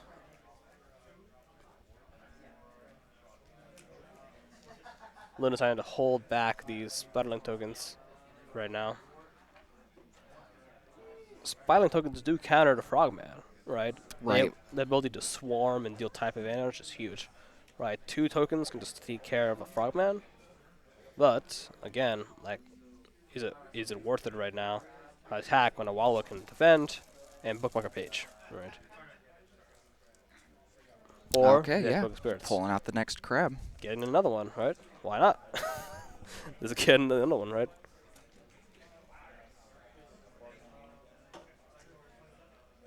Frogman comes in, uses the power and battling, essentially takes that out of the game.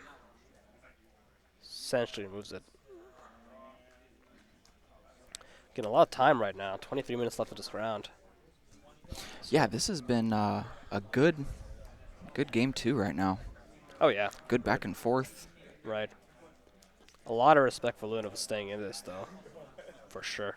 And Right. I'm pretty sure he's out of lightnings in a bottle now. Yeah, that's all 5, right? Yep. That was wild. Very, very, very wild, right?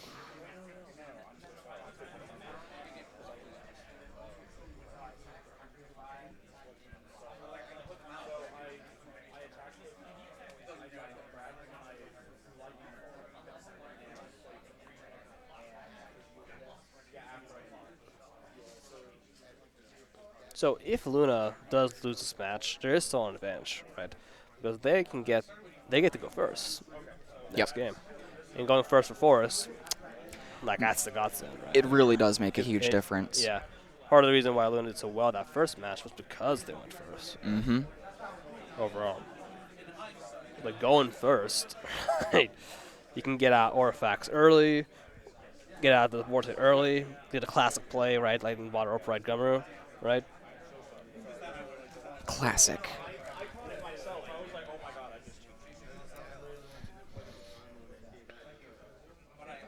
However, if Luna's staying in, there needs to be a reason why. Like, what is the other out? You know, is it a bookmark? Is it bookmark the other out? You know, could be the other out.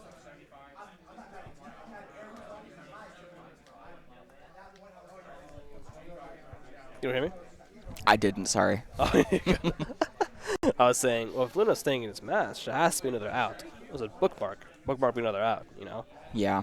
Could be. Right. Either way, though, the thing about Forest versus Critter is it plays like a exponential, like, you know, effect, right? Absolutely. You get 1 out, you get 2 out, you get 3 out. The effect is literally exponential for damage, for LP, for the presence they offer. Spot tokens out of the game. Yep, looks like the board is Oh, empty over 3 there now. crabs. Just 3 crabs, just doing the thing, right? Just doing what they do. Could use a seafood barbecue right now. Yeah, would be nice. Yeah, those crabs. Would be very nice indeed.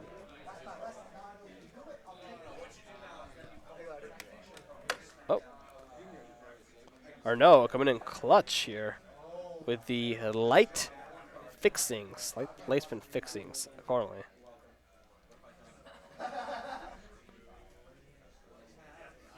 We go. Got some on-demand quality assurance right there. On demand. Ready to fix. All right, so that's a big hit. It's a huge hit, right? Hmm? It's a huge hit, right? Oh, yeah. Agreed. Like, yeah, and that is not really much. I'm trying to think with my medical knowledge if there is a way to come back in this board state, and there's not really a way in my head I'm thinking of to come back, right? Nope.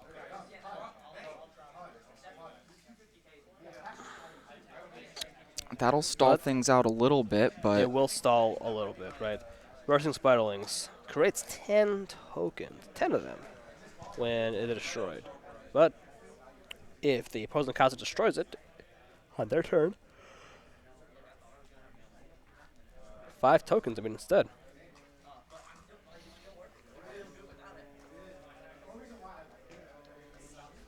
Okay, we've seen the power of these Spiderling tokens come in. I mean, Nick has lost at least 100 LP because of his tokens, right? mm-hmm. At least 100. Probably more than that, right? So if Nick doesn't deal the tokens, they'll have some, you know, pretty good value. It adds up. It does. It does add up. But, you know, Nick doesn't have to do much, right? Swing to, Yeah. swing to face, swing to face, swing to face. That's all Nick really has to do at the end of the day. Swallow is so tanky. They do so Definitely. much damage as well with Power Bread. With that one right there. That Nick has everything really. He has the pages. He has the tank. He has the board, right? There's a bookmark we talked about earlier. He closed see. the gap pretty quick. Oh yeah. And with the Power Bread Wallow up, ton of damage going to come in for Nick here. Yeah, might as well just swing in with all of them.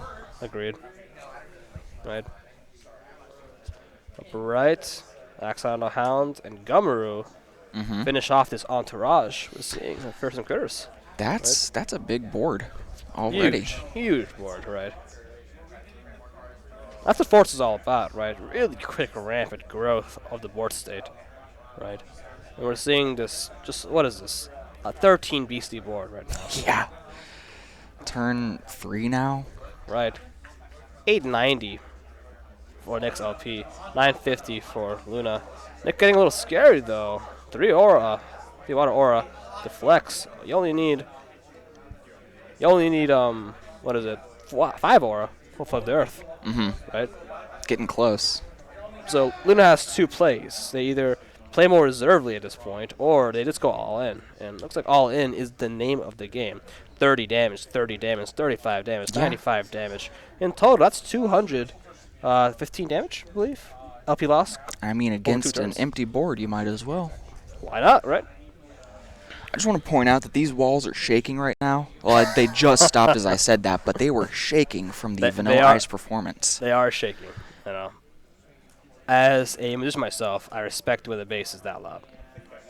I'm thankful there's a wall in between it and myself. Right. But it's actually, the wall's been pretty good at sound moving, not gonna lie.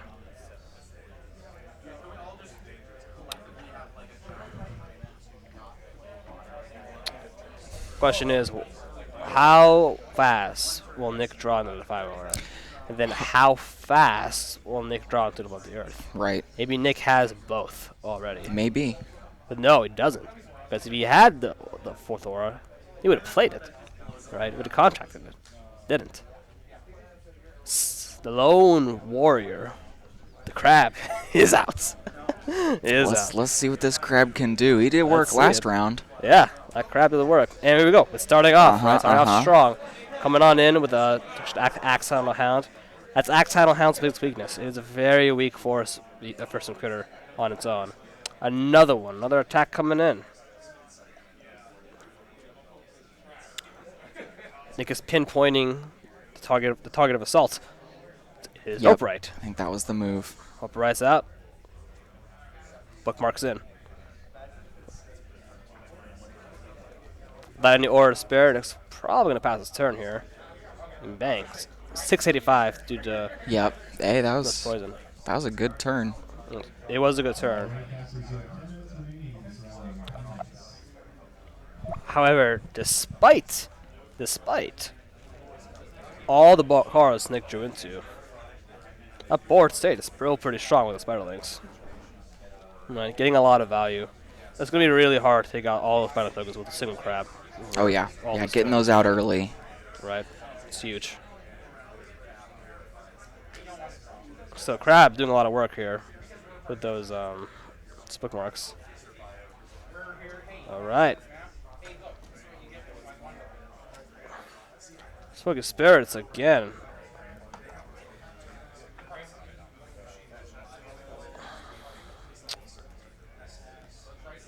$45 damage to caster, 60 LP loss, 105 total. And Governor that, number 2 steps in. Then we're twins on the board. and that poison's ticking. Poison is ticking, my friend. Poison is ticking. It's going to be a very, very interesting mid game here. Yeah, we're getting to the point where water can start having an answer. Right. It's going to get a possible answer soon. Answer might just be a bookmark. That's always good. Top decks of Water Aura. Top stick of Water Aura. To the crab. Right. Crab number 1. Picking a target of assault. It's going to be a Spiderling. Gotta start taking them out sometime. And the Gummaroos are just easier to, to start harder to get rid of. Yeah. More risk involved. Take out the thing you know you can take out. Right. I mean, Crab is a great answer to Gumbaroo, but I like taking out the tokens first as well. 'Cause like I said, that poison, man, it adds up. Right. Hey, Luna's gonna do some significant damage with the crab. Crab's at 50 damage. 25 damage right now. believe 20. Did math there. 20 damage right now, but the poison is stacking.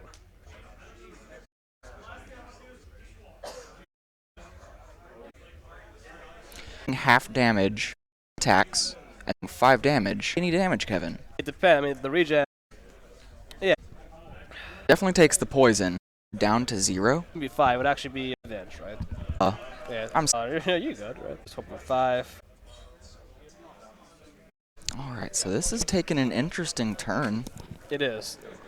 10 tokens to 9 to 3. Definitely sacked a few for strategic poison, I think. So Indeed, we'll see right. what happens with that. Want to take away that. Want to take away that crab. Right? Interesting to see the Chaos Crystal out. Oh yeah.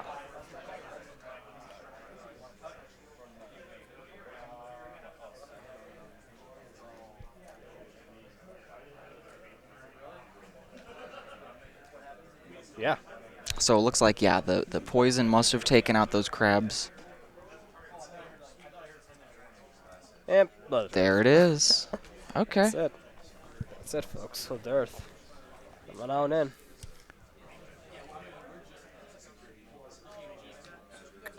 Oh wow. Oh my lord. You know, that's probably one of the most savage New Year's Oh I've my seen in a while. Lord. Yeah. He, Savage is the word. Nick just dumped his Oh whole my. hand that he drew so many cards into. Lord. Wow, What man. a reset. What a reset. Luna back in this game with a New Year's new beginning top deck That's all it takes. after a Flood the Earth play. Wow. Insane. Insane. Right. Not only that, but Wow. denying all the pages. There's some All the good pages. stuff that got taken out from that. Right, that was huge. I'm pretty sure I saw the power up red in there. Yeah, these cemeteries are massive. Yeah. It's a graveyard out here, right? Right. However, time is going. I got 4 minutes 30 seconds in this round left Yep. to finish out this time before we go to end of mass procedures. My lord, yeah, that was card machine. Again, these New Year's plays are insane, right? And there was no aura to dampen. Wow, that was a good New Year's. Right. It was good. It was good, right? Can't dampen what you can't dampen. Mm-hmm. Okay, so we got more spiderlings coming soon. Oh yeah. Album brew. Okay.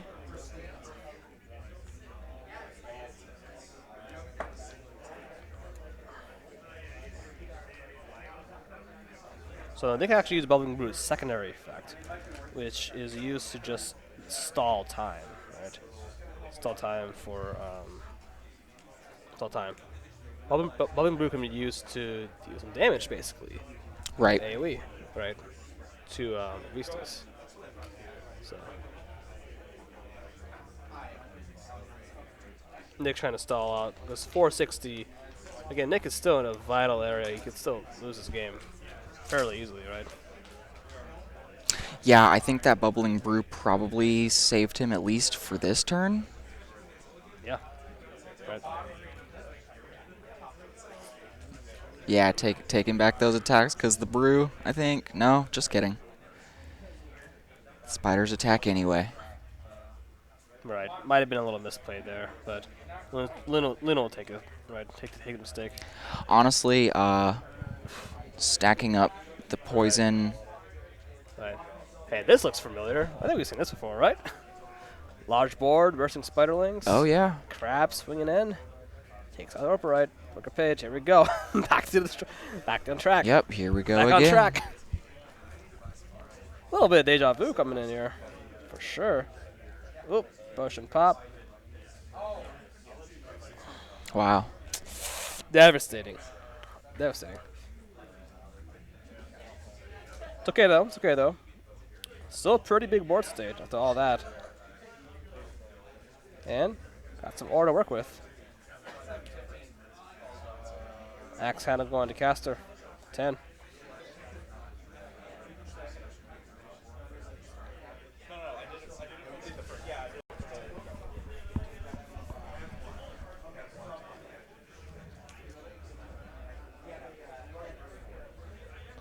30 damage from these Spiderling tokens. 6 CLP loss like usual. Still, pretty good amount of work they're doing.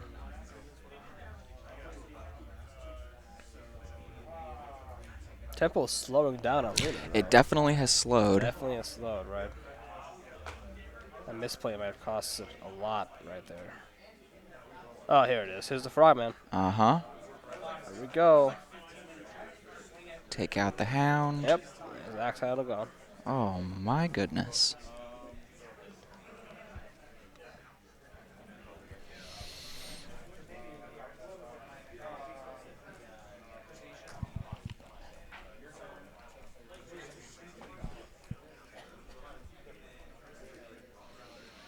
Another 30 plus poison.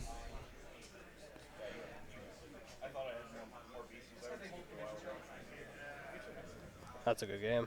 That was GG. No, that was a good set. I really think that New Year's, New Beginnings kind of clinched it at the end there. Right. I mean, we just saw, Nick decked out at the end. 2 cards left. Right. I agree. Hardly any beasties left. It's really good. Yeah. Hey, good That was an game, awesome Nick. game. Good game, Luna. That was really good. Our New Year's play was awesome. Holy moly, that New Year's. Yeah.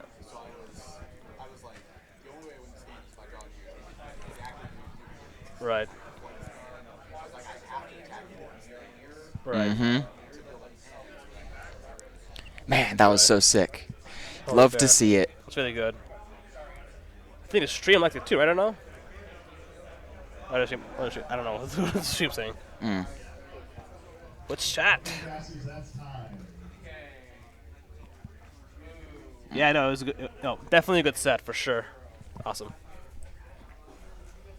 Oh, we're back. Here we are. What's up, y'all? How you doing, everyone? Faces are back here, and yeah, getting some drops in the tournament. We got a lot of people still going strong in this tournament right now. Just chilling, relaxing, having a good time. Looks like camera at the time's check out the up, view. so we Or should no, be can we finishing actually, soon. Rotate the camera a little bit just so they can see the people. I don't know. That's okay. Yeah, maybe let's try it. Let's do it. Yeah, a little bit actually. Yeah. Hey, we had that idea. It took us this long to get that idea. See the crowd. Move away from us. Thank you very much. Hello, goodbye. All right, let's look around. Yeah, so this is a crowd right now. All right, people are taking breaks right now, and everyone's just playing, right?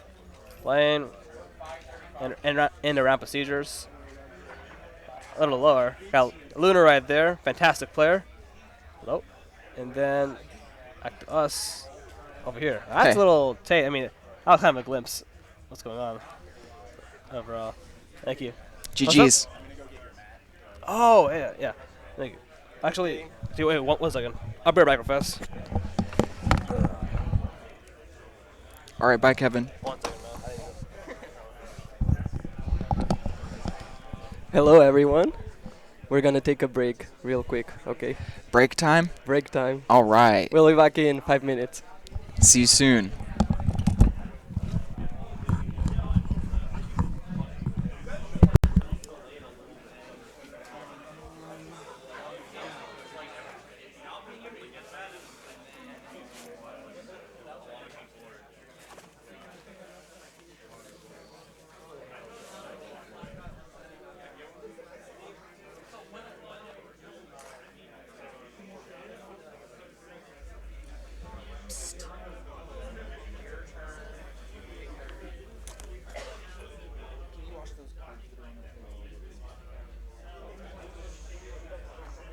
I'm leaving when you come back, whether they let me or not. I've told them to take a break like the last 2 rounds, and no one left, and I'm not waiting any longer. I'm just waiting for them to finish up. I got you.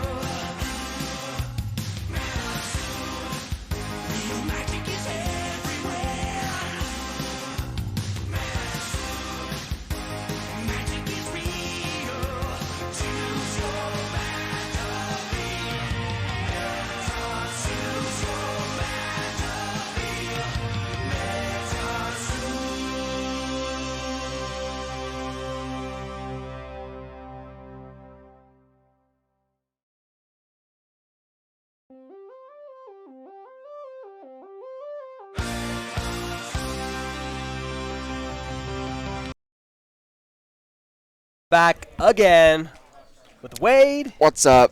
and me, Kevin. And yeah, we are continuing. This is the last round of the tournament for the Swiss round, that is. And we have a top cut going on afterwards, which is going to be exciting to watch for sure. And, you know, we have actually a game going on right here. And we got my man Danger Zone, as I call him, on Discord versus a good friend of mine over here. Russell. I also Russell. I love Russell. He's a good player and good guy overall. So be a good match, good match to watch. Oh yeah, excited to see what we got in store. I haven't seen these gentlemen play at all yet, so I really don't know what's going on in their decks. Totally but fair. Yeah, just should like be exciting. Yeah, just like Nick from last round. Russell's been here for a while. He's been at Collecticons in Houston. I've seen Dallas. him, Yeah. Pro just player never watched support. the play. Right. Totally fair, right? But curious to see what we got. Or no, if we can head us over to the board, please. Feature It does. table. All right. And yeah, notice our little a little fancy fourth wall item list we give out. You know, That is pretty fancy. a little bit. Is that laminated? It is not laminated. It is with professional paper, though. I will say. Oh, it's that beautiful card stock. Yeah, Okay. the card stock is fish shiny, which is nice overall. So, Got those nice playmats too. The Frogman and oh yeah. what is that? That's from the Houston Collecticon. Yup. It's it is Got the competitor map. Very nice. competitor Very map. cool. Yep, limited edition map. That was a Pepper DeLuca art, if I'm not mistaken. I believe so. Yeah, it's definitely Pepper style, right? If you look at it, yeah. I think so. I'm not gonna be 100% there, but that's pretty good. Shuffle, shuffle, shuffle. And I've got something going on. So a little bit unfortunate incidents happened actually with this. We actually had an irreversible game state error occurred by Danger Zone earlier. So we're actually doing this match, even though it's best of 3, we had to give a game loss to Danger Zone for that. But he graciously accepted the error. We're just going to continue on. So Danger Zone here has to win 2 games over here to win this set, more or less. Fortunately for us, the laptop we use Wi-Fi on for this event has no Wi-Fi because the hot zone's gone. So I can't pull up their first last name at the moment.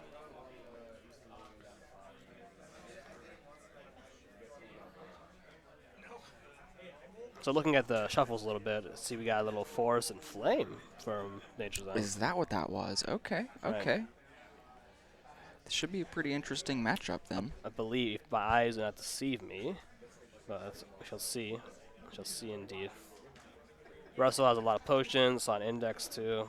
Likely a variant of Frogman, but we'll see momentarily. All right. Looks like a decent hand. Skipping. We're marking a page. Starting off strong with a petrified wood. Or not petrified wood. It's old save. Man, these names. The Crying Tree. The Crying Tree. There we go.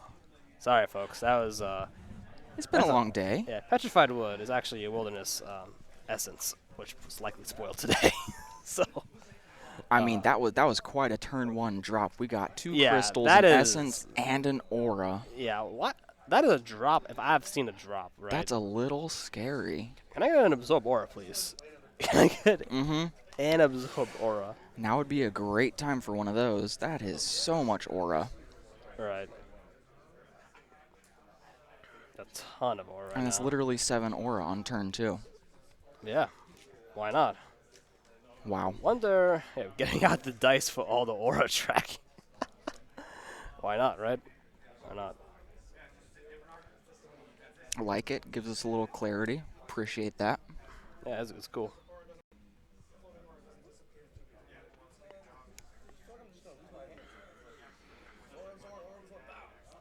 Yeah. No.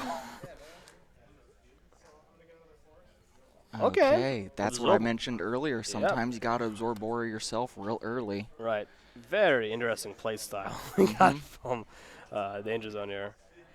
This is awesome. So notice the play again, right? Generating aura first with the aura fact, then hitting it with the absorb aura, right? That was clutch, yeah. Right.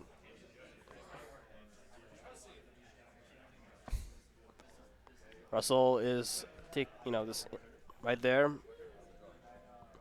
taking it time. Board from Danger Zone. Since Yeah, actually an empty board. generated, aura was drawn. What he needed. Now, as cast and the turn. Slow play here in the beginning. So yeah, Gotta call, off from help from Russell. you know? It is. What's waiting in the hand? Absorb aura. Scoop it up. But we're seeing some. Blue right now. Yeah, we're seeing some force there. It's just quite. Yes.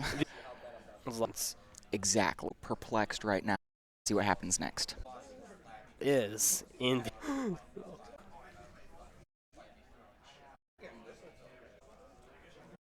Alright, so we got a beastie. Acid crab. Right. You play as usual. First beastie to put a lot of defensive and offensive power. Fortunately, it is only beastie Russell has, right? Really? Took advantage of the type advantage. And this is looking water Justin right now. Yeah. No, I mean I really what Justin's Are we gonna see Joe's, man? I played with 4, right? Where yeah, I mean spellbooks where you just run a ton of Orphax, right? Mm-hmm. Normally they're normally the cheese decks and they have some sort of niche purpose, like, getting a Snallygaster out turn 2, right? Right. Things like that, right? But yeah, I don't know what Justin's trying to do here, but he went from 7 aura to 3 aura to probably 1 aura now. Burned hot, shined bright. Going to Ashes soon. Yep. Speaking of Ashes, Flame Okay. War just drops. So this may be what he was looking for. I did hear a good yes. Maybe. Nothing. Oh, no. Pass turn. Wow. Pass. Okay. It's another pass. I'm so sad that we were just especially that Danger Zone got a game loss at the first one. Yeah, real unfortunate. He was cool about it, though. Things happen, you know. Yeah, it was cool about it.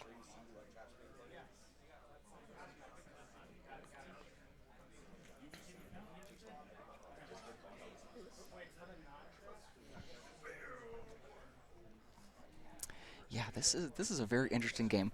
You know what I like? I can tell these two are having fun. Definitely that feeling of suspense, like, oh yeah, what's happening? Yes. I can feel it from over here. Right. They're just having a good time. Like, Russell is, as he's exclaimed, he's oddly terrified of what's going on. Right. But this bewilderment evokes excitement, right, in us all. Justin is dismayed at the moment, since he has some aura to do things. Yeah, Or something. at least very little aura to do things. And the crabs have arrived.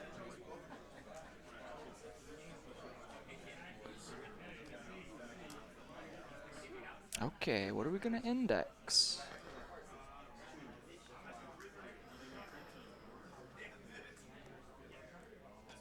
Okay, the Comes to Chessie. Chessie. Ooh, and that is the hollow Chessie. So pretty. Oh, yeah.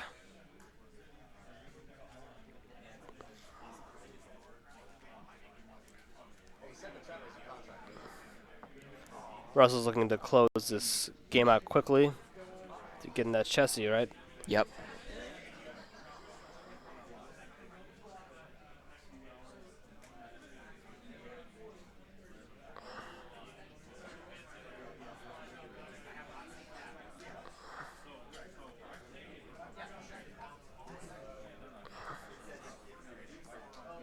very interesting board state. What turn are we on now? Like 7?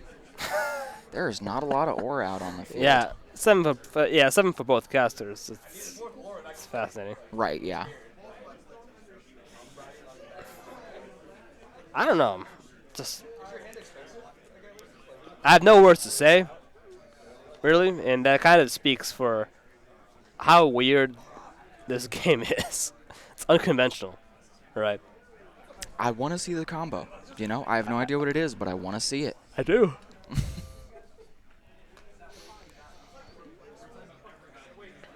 It has to be funny. It's gotta be good, you know. You know. But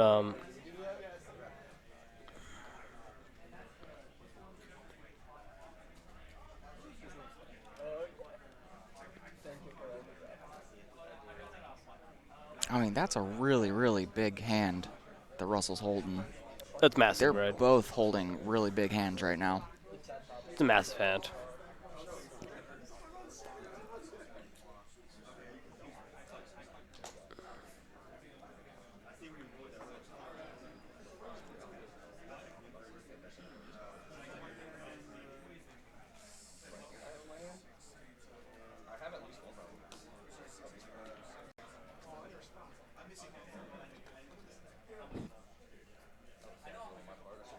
All right, no luck on Justin's side. Back to Russell.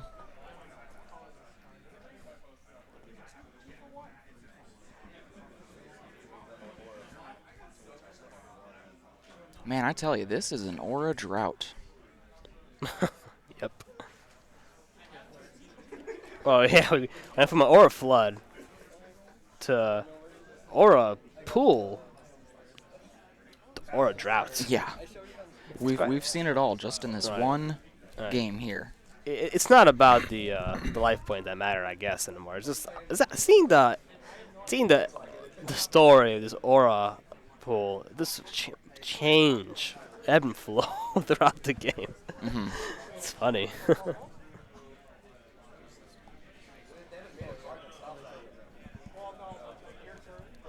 So I have to guess. Likely, Justin's using some form of Gassian Dither deck with growth to cheese it. I think you're probably right. That's likely to guess. Right. I mean, flaming forest. Come on, right? Yeah, what else? What else you really gonna do with that? Right.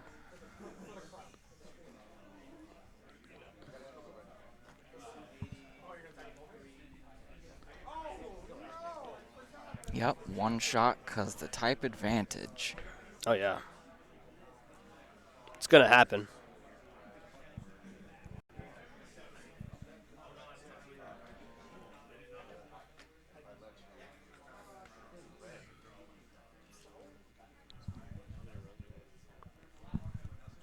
Justin's looking for an out right now, which I don't know if there's an out.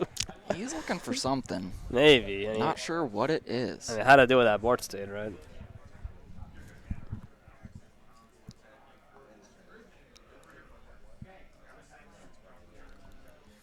He did. Okay, Russell did decide to finish the crystal with his lightning in a bottle. Oh yeah. Another pass from Justin. The lightning in a bottle crystal. It kind of shows how scared Russell is of all of this, because he's like, I'm not waiting another turn to awaken. I'm just getting rid of Oh, that yeah. artifact right now. Not giving you the chance. Yeah, it's weird. It's weird. Justin, the master of creating terror without even attacking. Yeah, with Yeah. hardly anything on the board still. Non-violent psychological tactics. Right? That's what it is. Psychological manipulation. Definitely a good mind game. Yeah. It's huge. So.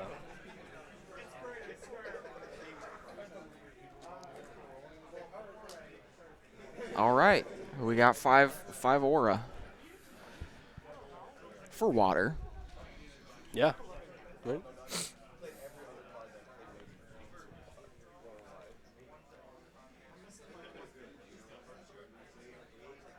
5 aura, probably the best power spike. 5 aura for water, probably one of the best power spikes in MetaZoo right now. Right, it is. Like, its water is like, safety zone. Mm-hmm. Meanwhile, forest, you need 1 aura. Yeah, that's all you need. 1 aura. And you really only need it for one turn. Yeah. Nah, it's like, I was able to 2 aura, right? It has access to growth at that point, right? Yeah. Really curve out. So that Chessie's swinging in for 80 right now. Oh, yeah. Good amount of damage. Get a lake out, just Chelsea's hitting for way more. Way more.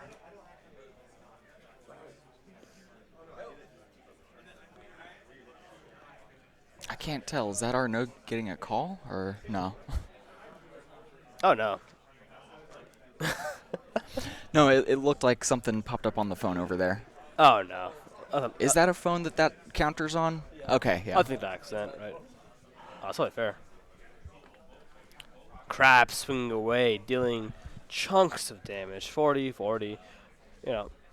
When you hit 40 enough times, eventually it goes to 0 for your life points. Just need to swing 40 enough times, you'll do it, right? Flame Aura. This is very interesting. Right. We need to do an interview or something with Yeah, Justin. yeah. I'd like to see what the idea was for this. Yeah, Maybe if we could just grab his deck list, we might be able to figure it out. it's very fascinating. I think you're right, though. I think it's probably some sort of gassy cheese something. Yeah, something to that extent. But yeah, I mean, you just play the Gassy and Ditha, right? Gassy Ditha is awesome in that it's a 2/2, so it's 2 neutral, 2 flame. It's very flexible in these dual lower decks. Oh, yeah.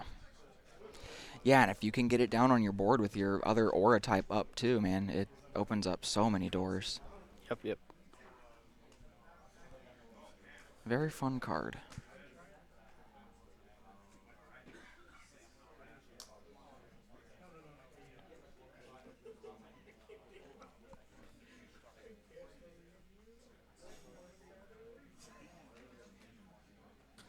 All right, it's really coming down to the wire, I think.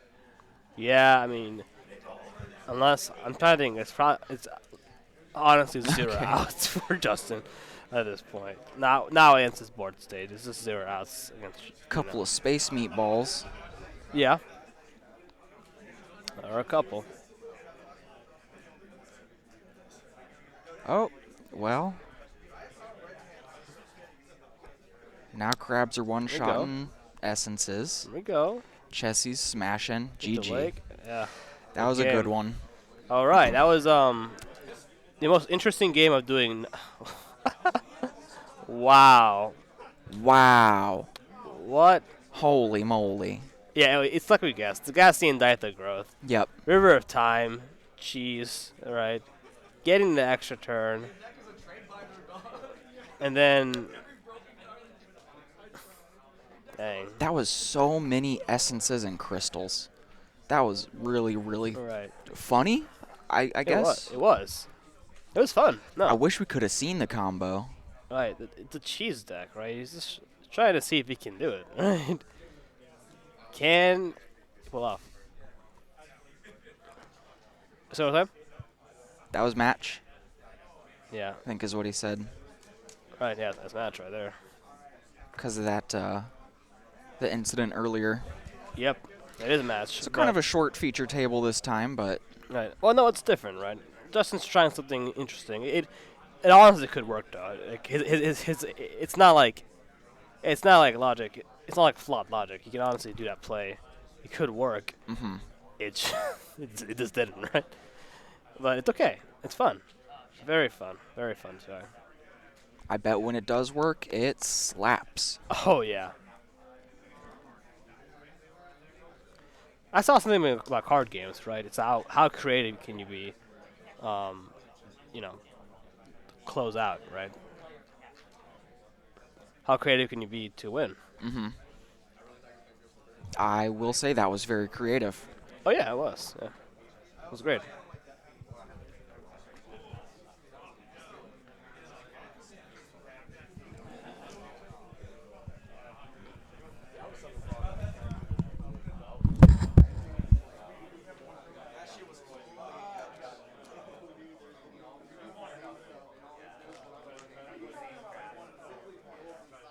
That's a friendly banter going on between two of them. Having a good time after.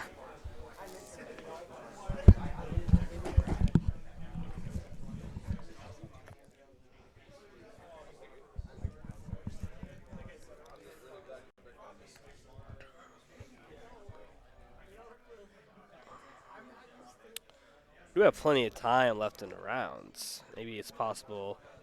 Can we get something like that? Yeah. I'm almost tempted to ask him to play another game just so we can see another game. You know. With down around. Yeah. I mean. Potentially, right? Actually, what do you think? Maybe another game? I mean, I'd love to hear the interview. That's true. Interview is cool too, right? Well, yeah, I mean, even just a casual game, too. It's fun. Oh, yeah. It kind of depends on the guys, though, I think. Yeah, could do something on those lines, yeah. I don't know. If he interviewed, he would just go over here? Yeah, can you go over here? Like, next to us? Or, I guess, like, right there.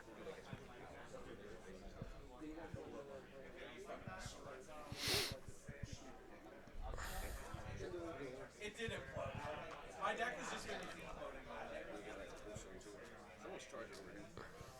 Yeah, that sounds good.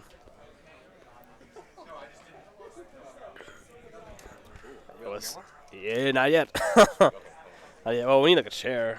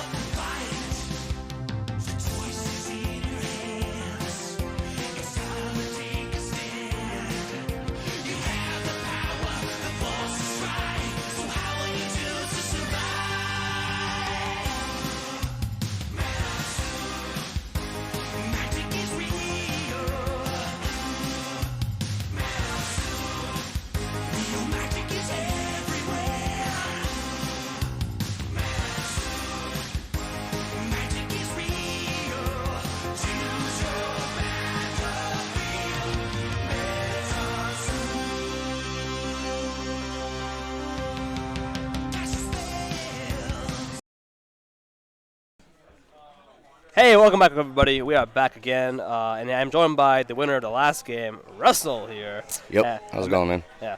I mentioned I know Russell for a while now. He's been in a lot of tournaments, and he actually is part of a team. Here.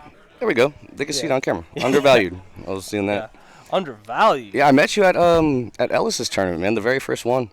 Right, in Colorado. That was awesome. Yeah. That was a fun tournament. It was cool just to see him Awesome. for the first time. Awesome. Well, actually, talk about your team a little bit. So, I actually, you told me that Nick Beeman, who played in the last match, was part of the team, right? Yeah, he told me how he lost. He said a bunch of tokens ran into him. He drew a bunch, and then it all went away. So yeah, there was a I got you moment there for Nick. So unfortunately, Right. we can't be on the the right side of history all the time. But Right. No, it was confusing for us. We couldn't hear what's going on, so we thought that he actually won because.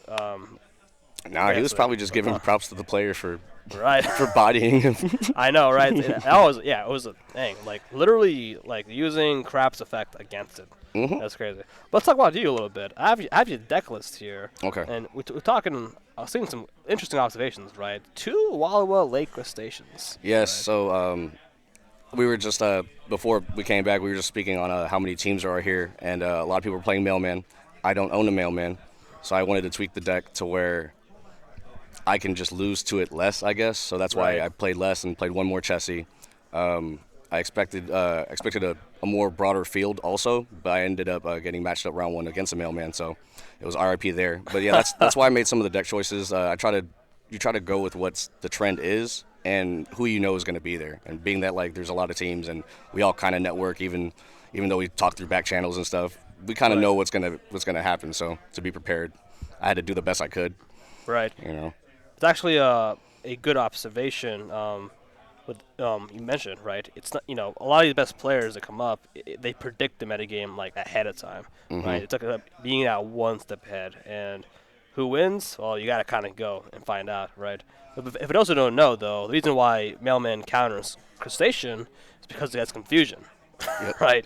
Yep. So when that confusion hits tails, Yes. that crab is going to hit itself a 40, making it a pretty easy to kill the next turn afterwards. And best case scenario is that you hit heads and you still can't attack without flipping another heads. So Yeah. what I do is if I do flip heads, and you don't really want to, even be in this situation, but like you flip heads and then you just leave up your monster to block. Right. So that's what I was doing with Chessie, and it really works out, especially in the water mirror because Chessie's a really big blocker. But that's all you can do at that point. That's like Right. the best case scenario against Mailman. Otherwise, I haven't found a certain way with this current card pool. Wilderness is probably going to change it, hopefully.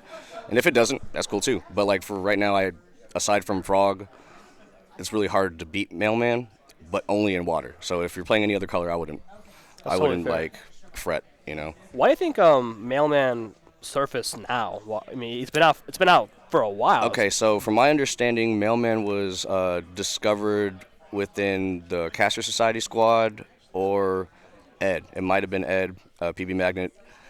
I don't know. It wasn't me, but it happened. It happened at a few tournaments ago, and I guess they realized it before a lot of other people did. So they jumped on it, and I guess whoever held, because Mailman's on the reserve list, whoever else held on it, wants a little bit more in trade. Let's just say that they want more in trade now than they wanted 2 weeks ago. So that's why it's kind of hard to attain that card, at least real quickly. But yeah, now they figured it out, and they owned the cards and we didn't. So I still believe water is the best counter to water. So it's kind of like I didn't want to switch the entire strategy for one card that they may or may not draw. Right. And if they index for it, that's okay too. But it's a really powerful card. Deserves to be reserved. Right. That's totally fair in our reasoning, right? Some of those cards that I guess people not being able to use the card much, right? Overall.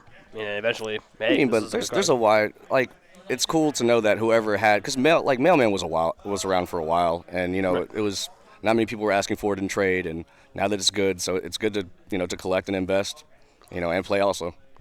We all kind of tie into the same network. Right, totally fair.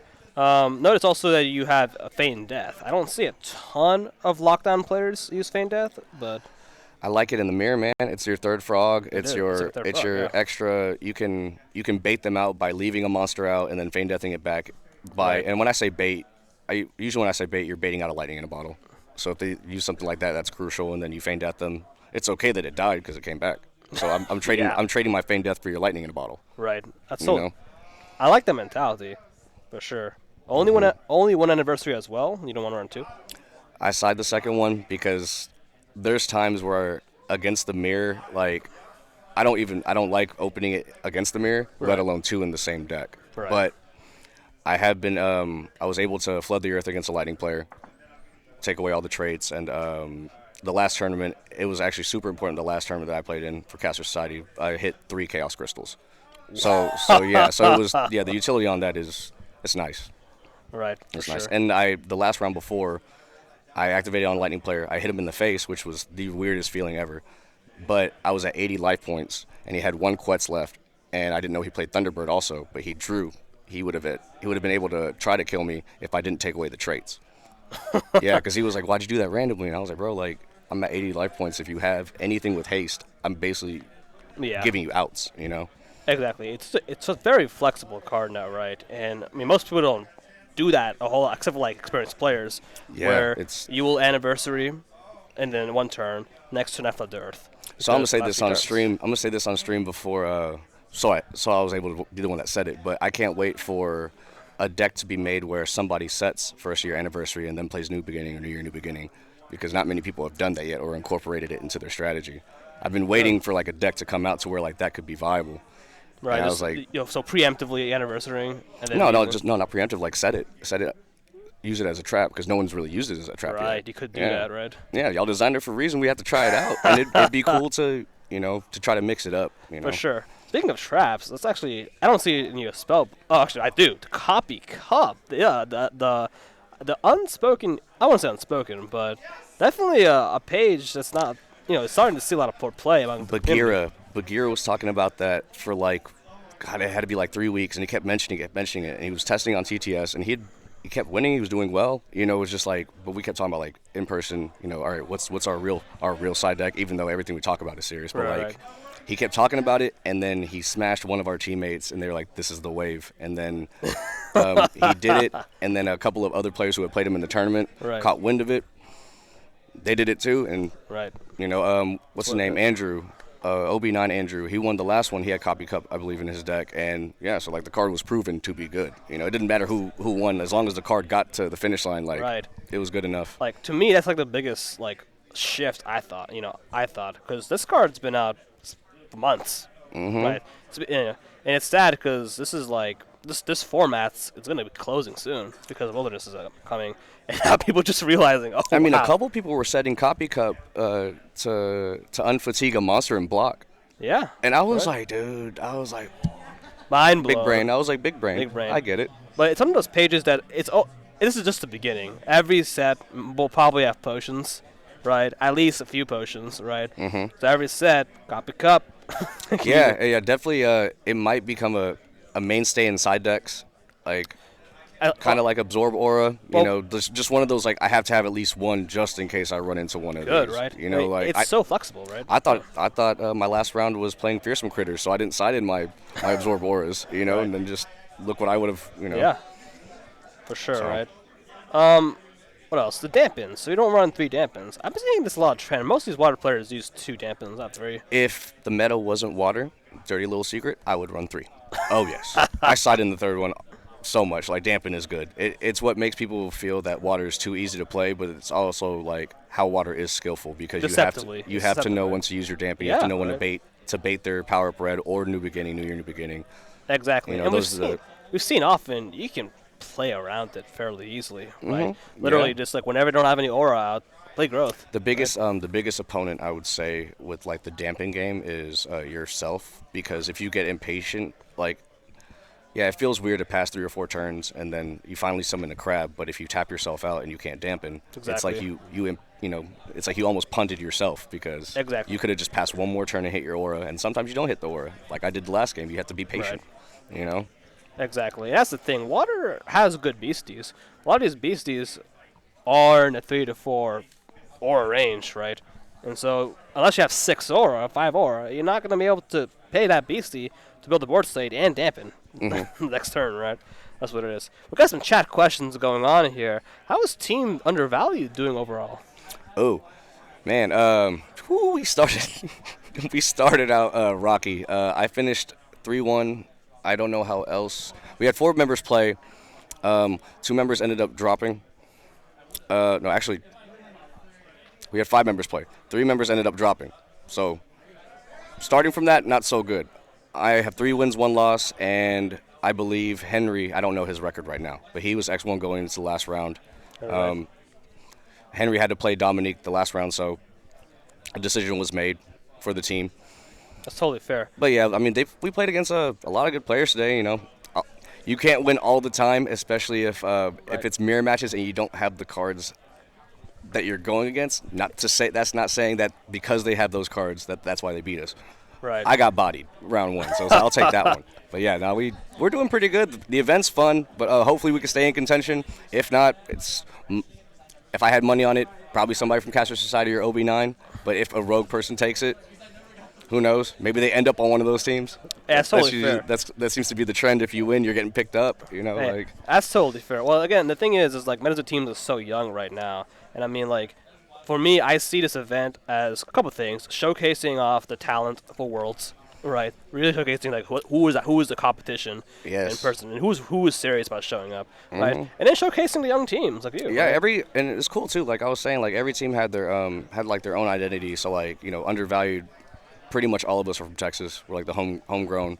Right. OB9, you have some pretty big names there. Every single person I think on the roster has gotten a medal, like at least second place or above. So everyone's decorated there.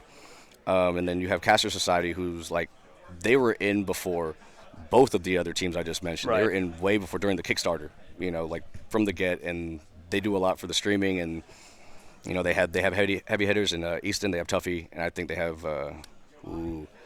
I don't know the guy, but They it's have Peaceful but it's now as well. yes. Oh yes, they have that dude. I don't even know what he looks like. I haven't met him yet. He's over here. I haven't met He's him yet. over.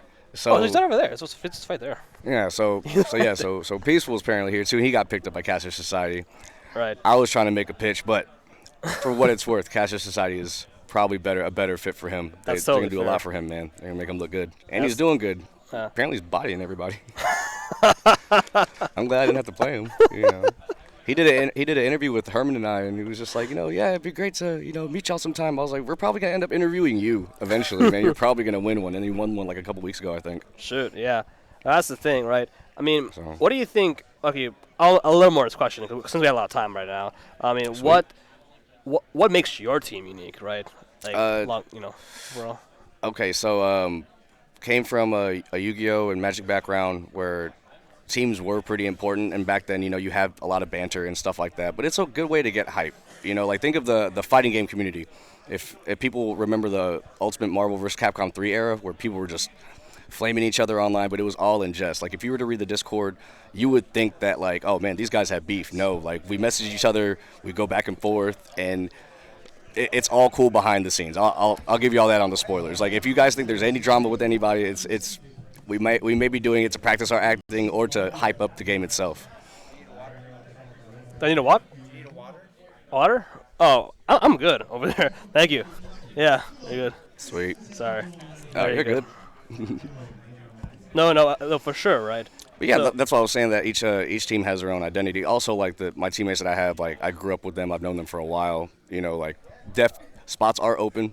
If you'd like to at least even chop it up or learn, that's cool too. But like that was the identity of our teams, that we already knew each other. Right. Versus like OB9, they're like You know. Shinra, like big corporation, So- not like so they're so you signing guys, players. So this is like an anime, right? So imagine like a Metazoo anime, right? You got big shots, like we got like big shots. Yeah, you have got- one of those like who's the villain and who's the hero? Because Right. depending on how you think and how you look at certain people, it's Right. like, well, they didn't do nothing wrong. I was like, well, they did this, they did that. Or it could be like WWE, where Right. I could like my favorite wrestler, and because I like that wrestler, you could be like, you know what, I don't like him because you like him. It Right. could be something like Right. that, but it's all in fun. It keeps the game like, Well- it keeps it hype. And that's what we like. Well, I think for me, it's like Wes, you guys, the way you describe it, it's like camaraderie, right? You guys are tight knit, right?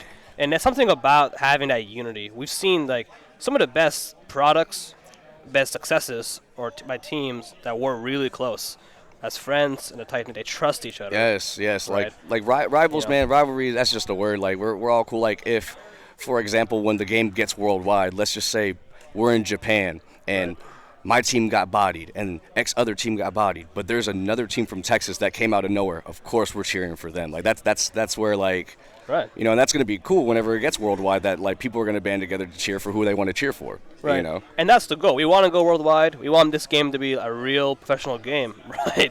Overall, that's the goal, It, right? it should be, man. Like it doesn't take too long to learn the game, but like to really strategically learn it. It's like if you think of card games in a different way, like poker or like Hearthstone. That's a good one. Right. There's a lot of games that you can just adapt to, and this game is like a lot of it in there. So if you already think that way, you're gonna pick it up really quick. You know. And there's great databases to look up any card, and Right.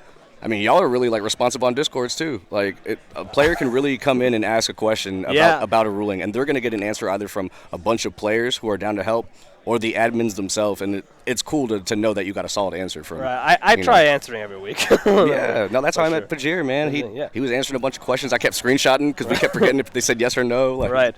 No, for sure. Next question here. We've had the Napa Banana, we got the Curtis Unite, then the cheese. Cheese. Cheese? The cheese. The Gassy and Dyther cheese. What's the cheese on that? What do you mean?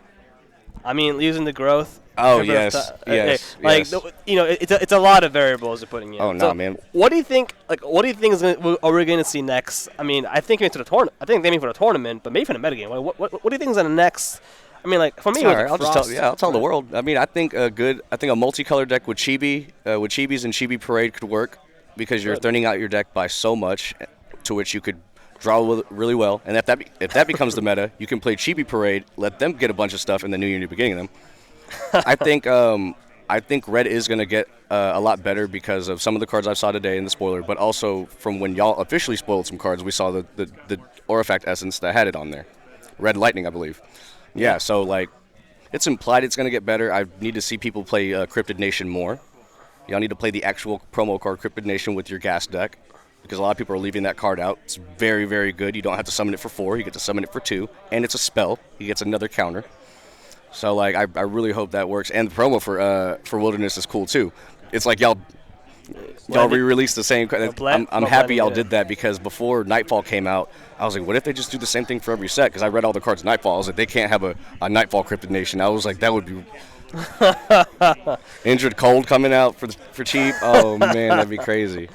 Totally fair. I mean, I think that Water may take a back seat now, and I think it's for the good of it. Like I say this in comments: if you like Water and you just started playing, I'm sorry. The last 3 months were really, really fun with it, but it may just be shifting.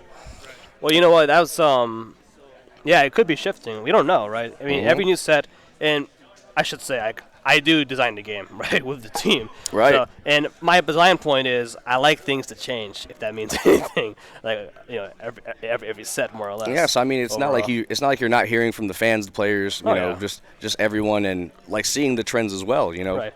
And it's not that Water. I don't think you're trying to say Water is not going to be unviable by any means. No, it's definitely going to be viable. I think there may be cards that come out that make a lot of decks faster, to where, like I said, Water might need to take a back seat. It takes time, right? But I think that Water is like, okay, if there was a deck that I may only lose max out of 7 rounds, 2 rounds, Water's probably it's a really, really good deck that it's going to get you wins. Like there's not many Water players that really bomb out of a tournament unless they're playing mirror matches.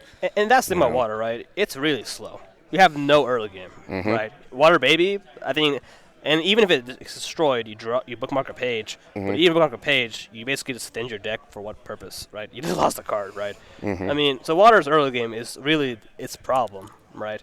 Overall. And in New Wilderness, you'll see that I take a different design approach for Water Wilderness. Instead of going more control, it's still control to an extent, but there's a lot more 1-drops in Wilderness Water, which, you know, I don't want to spoil all of them. Some of them, I want to let fans spoil it. Tomorrow it's going to be crazy. Speaking of Water, because you guys are giving us Lake and River. Like, come on, bro. The games are going to be like 3 minutes. We'll see what's going to happen. We'll see. I'm excited. I'm There's excited. a River of Time OTK. Just like some of Chessie. River of Time? Oh, no, not like this. Like, untap. It's gonna be quite the experiment, My right? buddy was going to play Lightning. He was like, I'm going to play Lightning with Shock Auras and River of Time. Every deck should just play River of Time. I was like, I was like, chill, dude, don't tell nobody. But like, for the world watching, like tomorrow's gonna be funny, man. Tomorrow's gonna be fun. Y'all are gonna see some quick Yeah, matches. It's gonna be fun. I mean, and tomorrow is showcasing, I guess you could say, the most popular and most standard form of MetaZoo, right? And I mean, Terras will change all the time for events. We chose an Orlando format this time. But it's unique because like the terras are baked in. right. Like I can't, like my Flood the Earth doesn't get rid of it. So it's like they are baked Yeah, in. they're baked in, So right. you can Put really, it- you can really design your deck like completely different. You don't have to play terras at all. Now you don't have to play Destroy Terra. Like, Right. And we're seeing, speaking of that format, what kind of beasties are you, I mean, what kind of like pages do you think is going to pop up more? Right. I mean, for me, it's Tuttle Bottom Monster. My man gets some shine tomorrow. Oh, okay. The random beasties. Sewer Alligator. That's the thing. I think that's the biggest one, right? Oh, he's With a one drop that hits like a truck. He hits like for 90, and I think if whatever it is, and it's it's, plus and it's in 20. water. Yes. It's in water. Yeah, well, that's what they were talking about. The Fallen Tree is really good. Woodland or Wood. Yeah. What Devil of Goose? Yes, Wood Devil. Yes. Yeah. Like Wood that Devil. guy. That guy is still really solid. Green hits a lot of types that a lot of people don't think about. No, here's what we were talking about earlier. The fact that we can only have 1/4 wall effect. That's huge. That's So huge. no one's gonna write stone if they play water. So if someone wanted to play earth tomorrow, they could probably just summon Slide Rock Bolter, baby. Slide Rock Bolter could actually just never let anyone play because they have to either Good. put stone or Yeah, that was an other interesting stuff. design point we did as a team because you have to really think, right? You know, things like Metal of Alabama, right? Or do you put radio or do you put the water for Love and Frogman, right? What do you choose? You And if- definitely as a water player, our hands are tied. We're handcuffed. You have to pick water or anything. As a lightning player, that's where it's like, do you want your Quetz to hit like a truck or do you want your Metal Man, to come in? And then you look at it like this logically. It's like, well, I can run 4 Quetz and I can only run 2 Alabama. It's like Right, I should probably put the light bulb. right. You And, I know. mean, and neither's really bad, right? One's more optimal than the other. But then it's tough to like, you can't put coin to stop dark. Right. And what else? Mirror. Right. Mirror. They can use fearsome Right. critters can do some crazy plays. Right. Another way by the Metal Man in question is like, well, I don't want my Metal Man's, like, even though you get 2, right? The net advantage of Metal Man might be better during the Quetz. I mean, Quetz hits all like a truck with lightning, some terror, right? You are right, You yeah. get 10 more damage over costing 2, right? That's You're right though. It's the first strike. Could. It's the first strike and the haste, Right. or the fleet. Yeah, and that's without radio, this being auto include, right? Bang. yeah. Metal He's Man coming buff, out. Yeah, right? he's definitely coming out. It could be, right? I was saying Tuttle Bottom because Ground and Swamp, Burrow Beastie, 2-drop, hitting for 40 damage with Paralyze. Not bad, right? Yes, yes. This little No, for little sure. hints right there. No, for like sure. tomorrow is going to be It's really gonna- interesting. It's gonna be really interesting for sure. Y'all made it good, but like, man, y'all gave us Lake and River. I really hope somebody plays Rock tomorrow and just like styles on everyone because I'm nervous to see like the mirror matches between water. Like they are.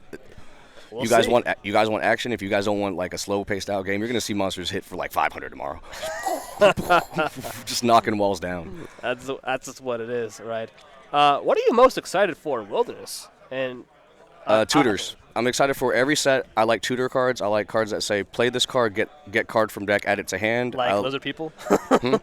Like Lizard People. Yes, Lizard People. Index is probably the most generic one. I also like seeing super powerful cards be color exclusive. Like if let's just say Index was a red only card, that'd be really cool. So if or what's a card like Dark. Dark has probably the most removal in the game. So it's dope to know that that's their identity. Yeah. So like eventually other colors are gonna get their one board wipe. There's still a couple of colors that still don't have a Flood the Earth type card yet. Yeah, But yet. it depends how you want to do, how you want to do it. I hope Spirit one day gets an Allure of Darkness. That's a Yu-Gi-Oh card. Draw 2 cards. Afterlife it. I'm hoping that Spirit is a deck that gets that mechanic because then it could really speed it up and like have just so many other options. I got faith in y'all though. Like I mean, y'all probably already have half those cards I'm thinking of like in tow for a couple sets. AB. I don't want to Yeah. spoil too much. But like my other friends, when they ask, they're excited for the other 2 colors that, because everyone's itching to play 50, 60 cards. They want to play 2 colors. Like a lot of people want to do it, So like to see every time we see more different color combinations, we get kind of excited. Oh, maybe you might be happy in Wilderness. Maybe Oh man. it might be happening. Well, like a lot of people that start out the game, I wanted to like really like make it a point to pick a color and then learn that one color first before Yeah. you try to mix colors, because you're It gonna makes sense, right? you're gonna start thinking of plays or scenarios that may or may not happen ever, and you're like creating it in your head to where you're overthinking when you play. Like it's like, okay, well, Right. when I played against this deck, I don't have this. It's like, And- it's just better to just be find out every deck's core. Right, and it's easier to learn too. Some people could argue, and it's my opinion, like some people could argue that having only a few aura types relevant could be a bad thing, but it's also a good thing in a sense because it makes it easier to learn. It forces you to Right. learn and forces you to master it as a point of having multiple colors, because Right. when you're testing, you're seeing combinations of cards that haven't ever been seen before just yet. Exactly you know. right. And I will say personally, I'm trying to push the game in a sense where every aura type is going to be seen in tournaments. So when that happens, complexity just goes up. I mean, Because I'll say this, man. If you could just if people read the boss monsters on of each color, like you can know, like, all right, his time's coming soon. I'm telling you, Red Ghost for Spirit, Spirit's a weird one. It's not even my favorite one. I don't know which one would be my favorite, but I feel like Yeah. Spirit has the most potential to just really, really get stuff going. Wait for you Seance. Wait for Seance. Oh man, I'm just excited. It coming out. and I'm glad October, that yeah. I'm also glad that like which each set release that okay, so Nightfall, everyone dark heavy dark support, right? Right. It wasn't the top deck, so it's like it's not set in stone right No. now that like, oh, just because it's called Wilderness that it's going to be green. It could be green. Everyone could play green for 2 weeks, and then one guy could beat everybody with red, and then blue comes back in the mold, and then green wins again. And now Yeah. we're playing rock paper scissors. Yeah, you don't really know, right? You and know? the game is gonna adapt with the new cards and how the players, like even the copy cup thing, right?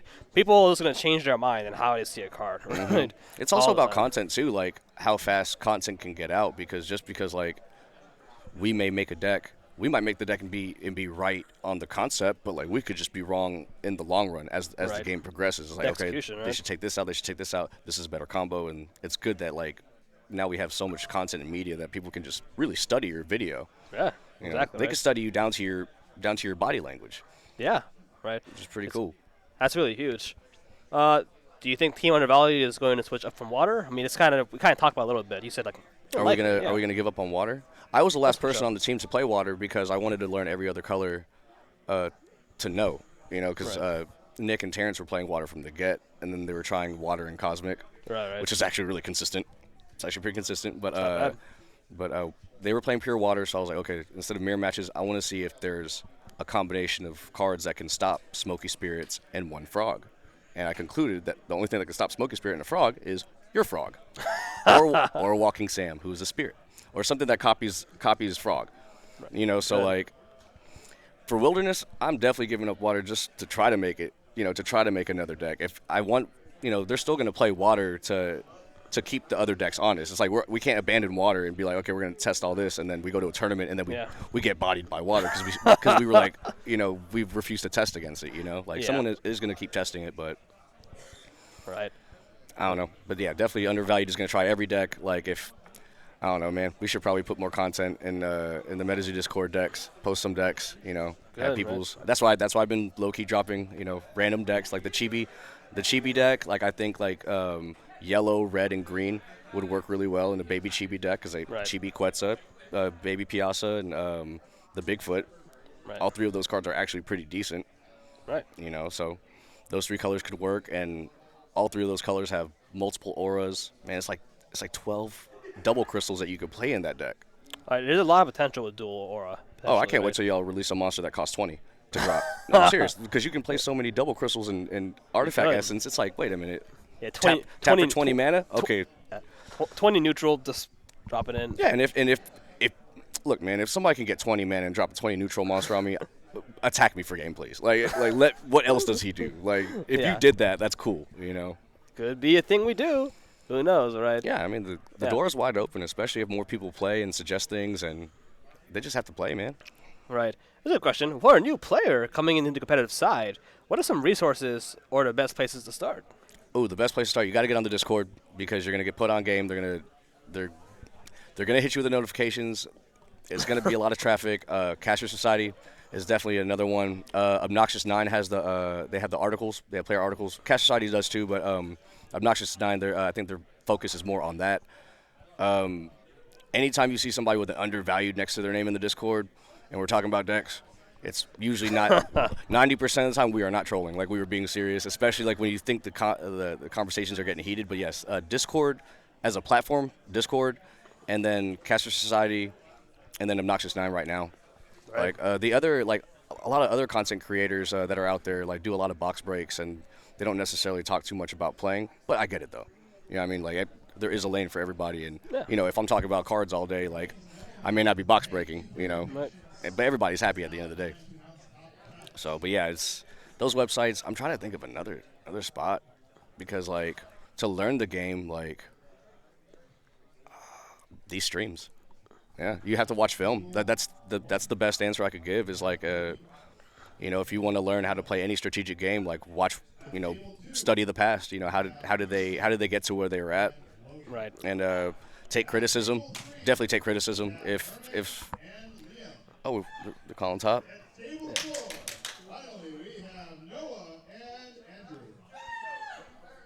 Oh, was that the last round, or is that the top Yeah, cut? that's it. I was top cut. Nice. Yep, a top cut. Why did I go 3-1? That's all right. They didn't say a Russell. It's 4 rounds. Okay, so to answer a previous question, Yeah. it seems to undervalue. insert emoji. Yeah, we had a bad weekend. There's always tomorrow. It's okay. It's a lot of green jerseys at the top. We have a Caster okay. Society. Yes. Sure. Shoot. Ooh. Hey, Twitch chat. A number from 1 to 4. Go. First person. 1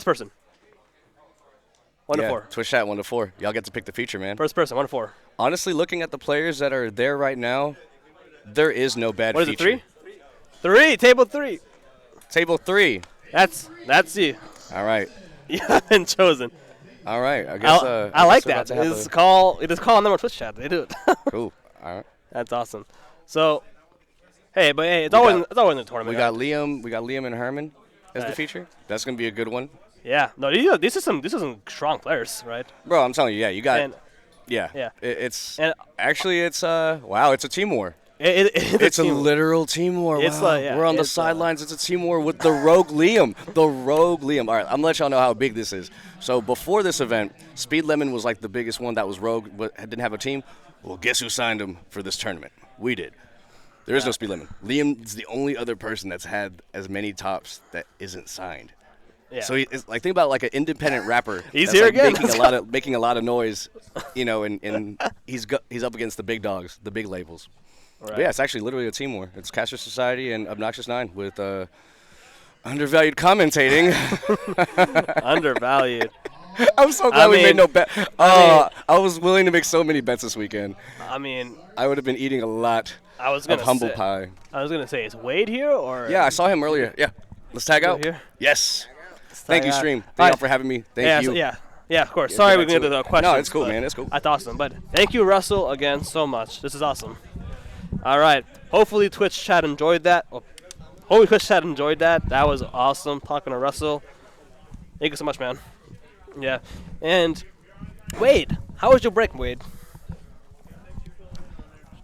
How was Hello. your? It was very nice. We might have mentioned it earlier. It's a little bit chilly in here, so I went It into is a the little bit warm chilly. zone. It is. Oh man, that's why I'm wearing the hoodie in Florida for a reason. Yeah, it started off as kind of a joke, but it got chilly in here. I told you in this morning it was gonna get chilly. But hey, folks, we got a top 8 to get to, and we got a game about to start very soon. We got Liam again versus Herman Herrera, who, if you don't know, won first place in the New Year's tournament that happened this year. And he's also won. Pretty sure he won something else as well, like at least first, second. I would believe it. He's got the nice jersey on, so we know he's with the Obnoxious 9 games. Right. He does. Right. Yeah, as Definitely seen some big plays from them today. Luna Oh, yeah. earlier.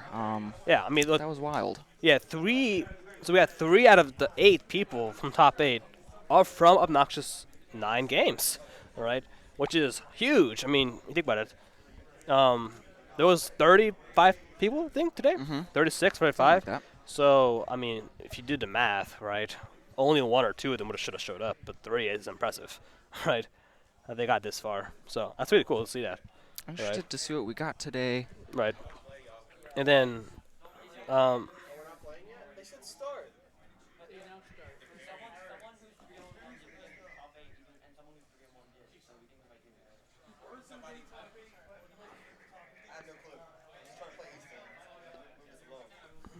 Hold on.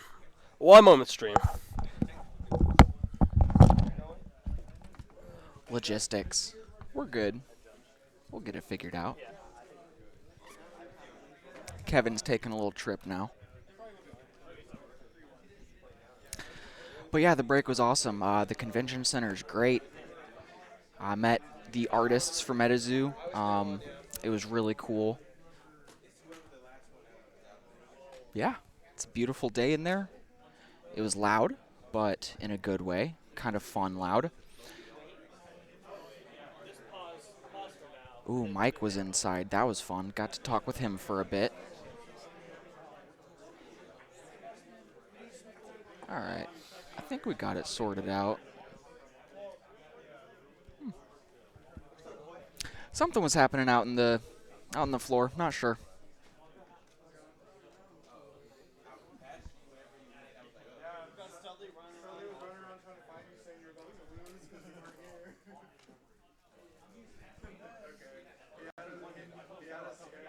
Feature table.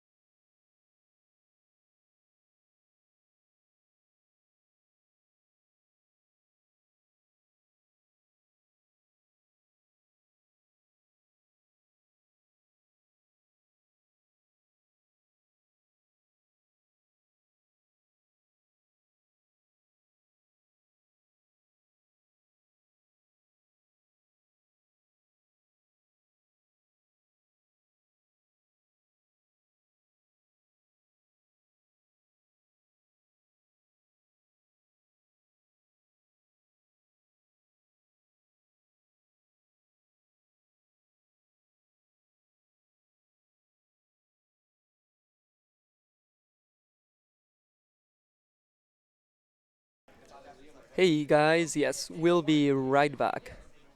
We're figuring some stuff out with the tournament.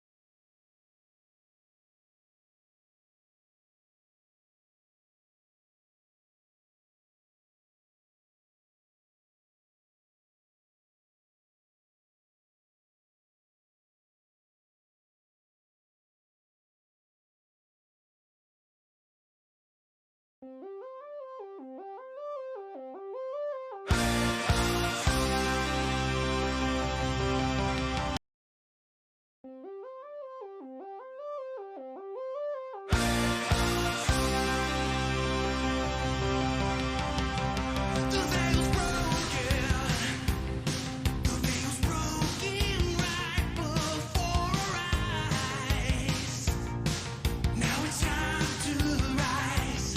You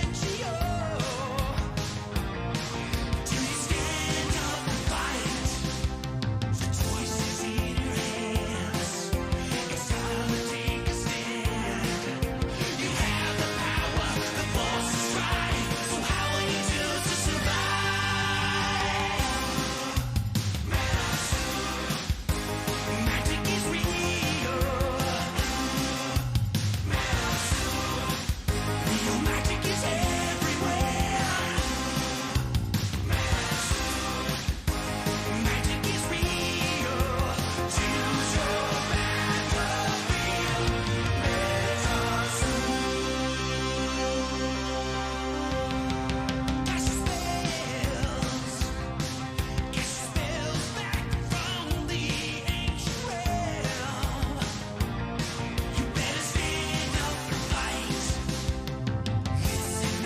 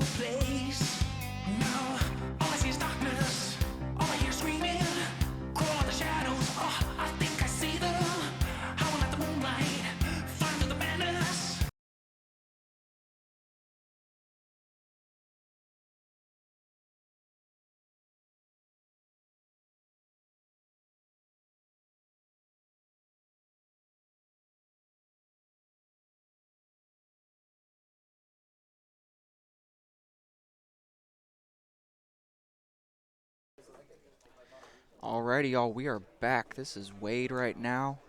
Kevin's doing some work, but he'll be back at some point. We got Liam and Herman on the table here on camera.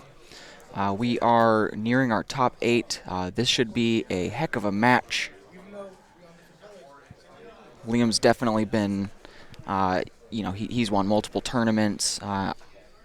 Pretty sure Herman is a longtime player as well, so definitely looking forward to seeing what these guys have in their spell books.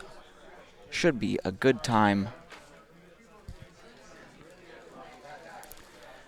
Got that custom playmat over there. That's pretty cool. I'm a cosmic guy, so the space penguins and the UFOs are really great. I like that a lot. Some shuffle action.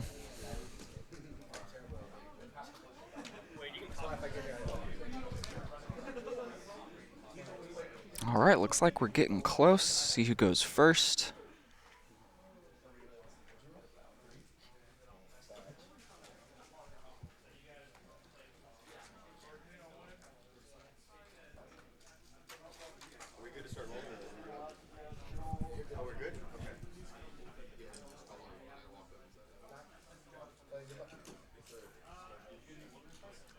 Alrighty, here we go. Opening hands.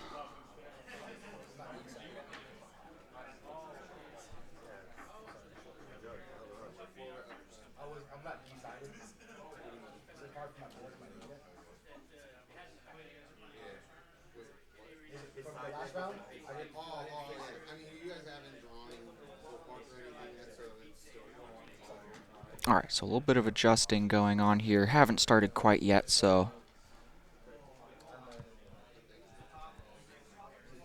quick adjust.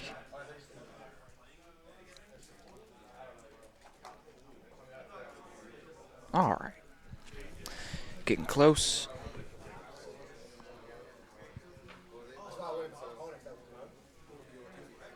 Shuffle, shuffle, shuffle.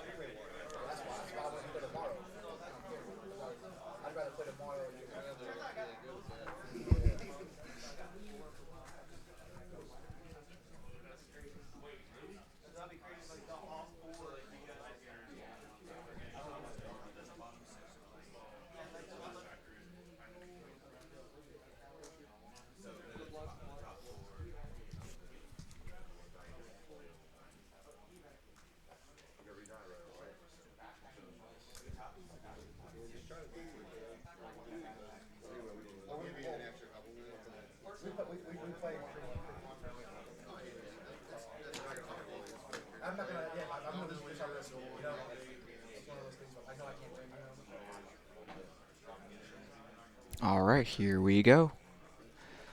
See what we've got going on.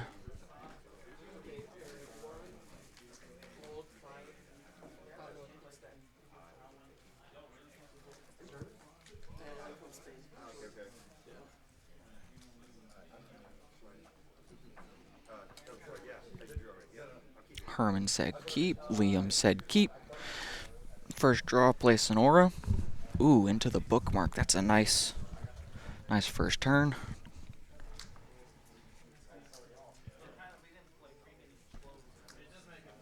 Alright, going into the index, also a solid turn 1. Looks like we got the water into water. Should be an interesting matchup. Wonder if they're playing like the same main beastie or something else.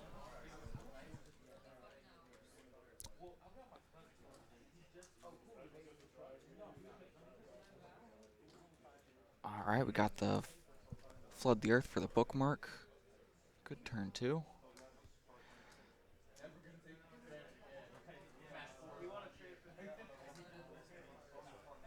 Nice, good start. Got the frog out early. No shortage of aura yet. That's good news. Quick pass from Herman. Look at all those hollow water auras. That is beautiful.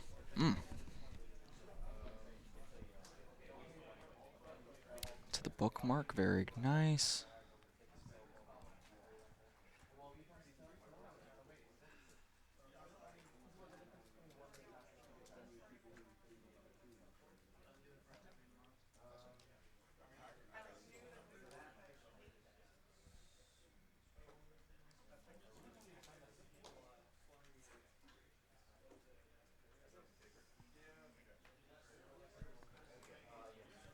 right. Got 4 aura. It's starting to get into that danger zone territory for water.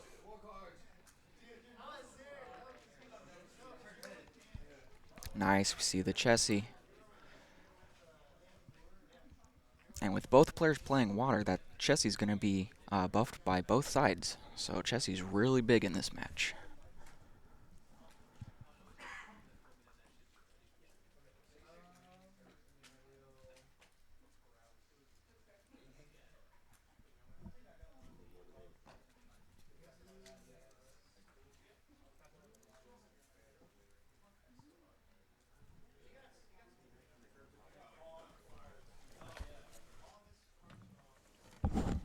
I have a surprise for you, stream. There's a Kevin coming back. It is me. Back at it again with my guy Wade. So we got the 5th aura into the octopus. Looks like he's turning that into tokens.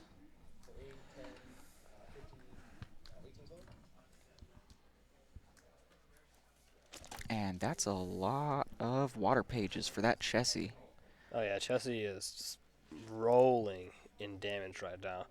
It's about to appear right now. That's about water. Some of the first critter, it can multiply its damage a ton with Chessie. Right. It's slapping it in right there. Definitely one of the dangers of the water mirror. It is. Chessies get scary real fast. Oh yeah, totally. So here we again we have oh, or no, we have the wrong title.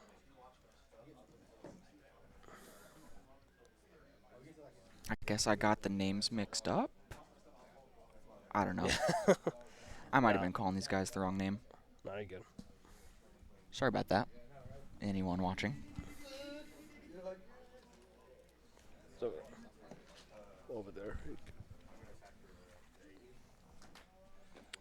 Yeah, these water mirror matchups. Water has to change their playstyle a lot because normally water is very laid back. Water players will think, okay, I can come back from a losing game. I got flood the earth. Flood the earth is gone. Flood the earth straight up becomes a worse bookmark. It doesn't do anything. Doesn't do much. So water players instead need to change from being a control player to being more of a mid-range player, right? Where they play very aggressively with their beasties.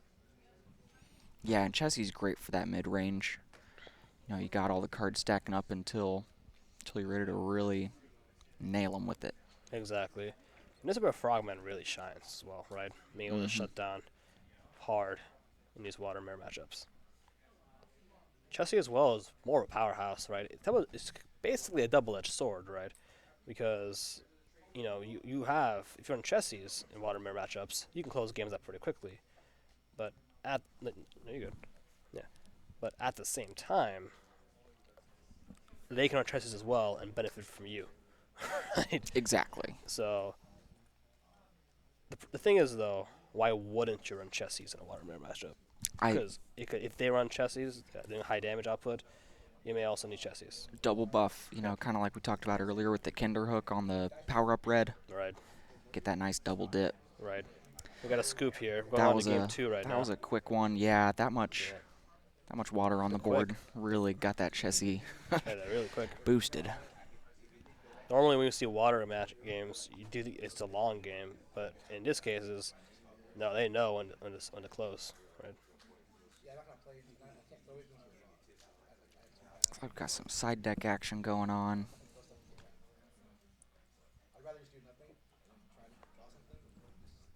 Go to Mario.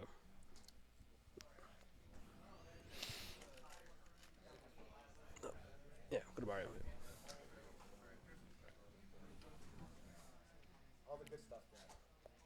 Curious what they're gonna side deck, right? We talked with Russell about those Loveland Mailmans being really good in these mirror matchups, right? So I'm curious to see if we'll see any of that from Logan or his opponent. Right? Yeah, we will see. I know the mailman's gotten pretty popular as of late. Right, especially in mirror matchups. Yep. Oh, especially in the mirror. Yep.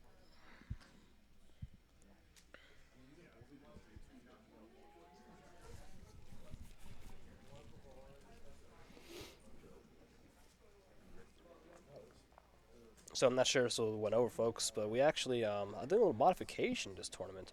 We're actually doing a pseudo round 5 due to some errors in the round placements.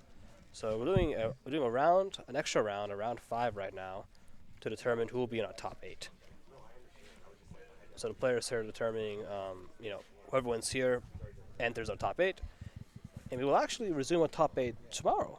Tomorrow. Yep. Okay. Good to know. We'll do our top 8 tomorrow. Bright and early. Bright and early, that's right. Kevin and Wade.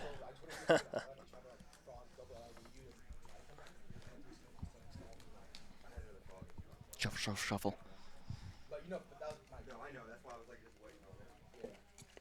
So a lot of water players, they tend to do either two things. They either have 40 cards or they have more than 40 cards. I've seen water players win 50 pages, Yeah, you don't really think about it too much, but water just has so much drawing. You'll go through those cards quicker than you might think. Oh yeah, it's fast. And that's kind of the thing about water, is that they tend to bookmark a lot of pages, Exactly. but the pages they have are not the highest quality. A lot of them are not high quality pages, unless they have pages in Arena like Chessie. Mm-hmm. There are some exceptions, like the Crab, right? Crab is already just solid beast in its own. Doesn't need much love, right, to make it feel better. Right. But those are the exception, right? Rather than the usual. It is pretty funny, as much as we've seen the frog come out, haven't really seen it do too much. Hasn't been a lot for the frogs to fight. That's right. That's the thing. Love and Frogman counters Love and Frogman. Exactly. This is Very quick, too. very, very quick. So, yep, whoever gets it out first, huge advantage. Usually. Right. And who is going first there? It's Henry. So Henry has the advantage going into this game too. But of course, if Henry wins, Logan gets game 1. Mm-hmm. Well, it's like game 3 tempo. Looks like we've got a mulligan. Right. Again, talking about the problems of mulliganing at all, but mulliganing especially if you had that first turn advantage, and we'll see if it will be in his favor.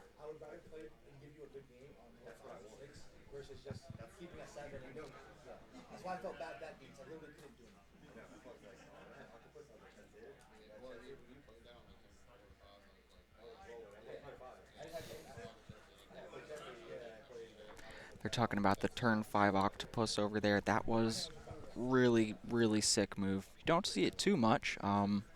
Seemed like kind of a lucky hand, but holy moly, when it works, it works. It works. The Octopus and Chessie, best friends. Oh, yeah. Best friends.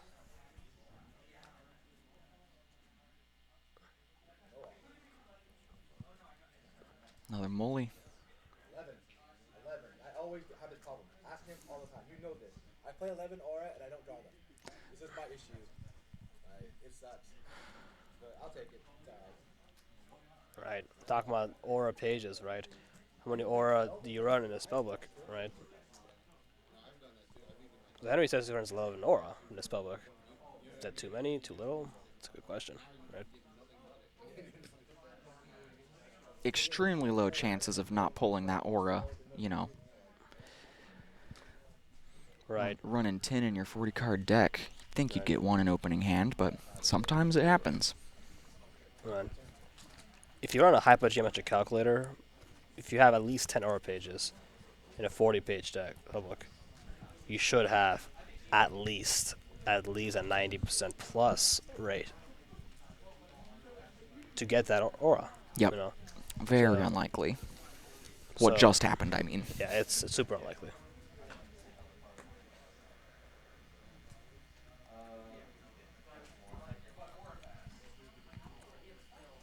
And we did see the turn 1 index for We the did. frogs. That's probably a good sign. Nice. Right.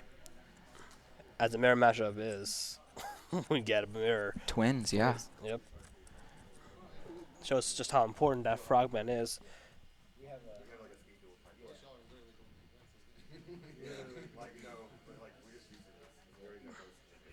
Both casters playing very quickly here. Trying to Yes, get through the match. these guys know what they're trying to do right now, and they want to get it done.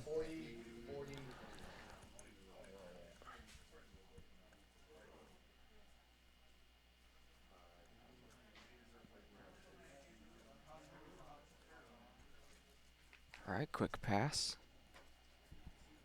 See, that's the thing. Both casters are afraid to play that frogman first. They both need it first. Exactly, They but don't want to contract it first. don't want to put it out first. They know that if one caster contracts a frogman, the other caster will light in the bottle. Immediately. And use the power. Really, it's the frogman is only there for the threat. It's not actually there to, you know. Those mind games.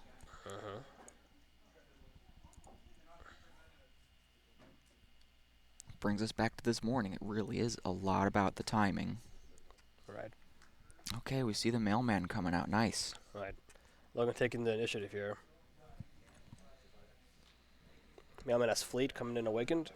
It's going to get some immediate impact before it gets hit by 11 frogman. I got that, but if you let go, it like goes away. It's rough.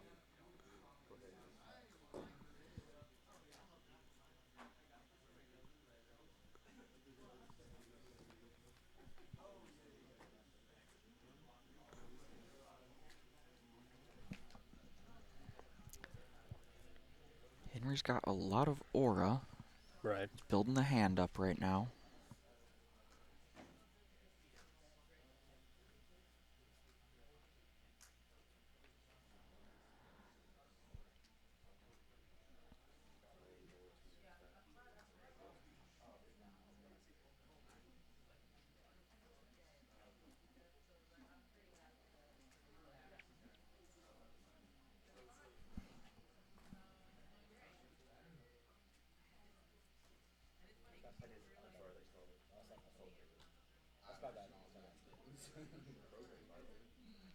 All right, got another index coming. Let's see what he pulls.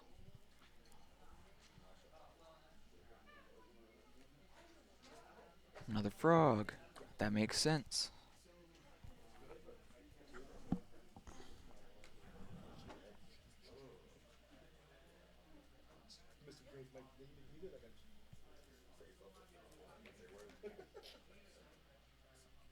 They can hear this would be funny.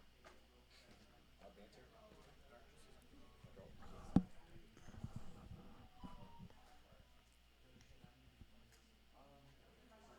Still 3 more aura to play.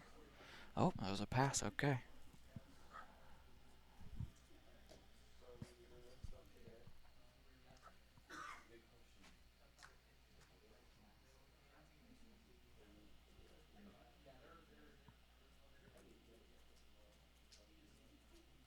Another hit from the mailman, and I think that was a pass. No, Yeah. not yet, not yet. See, Might be more.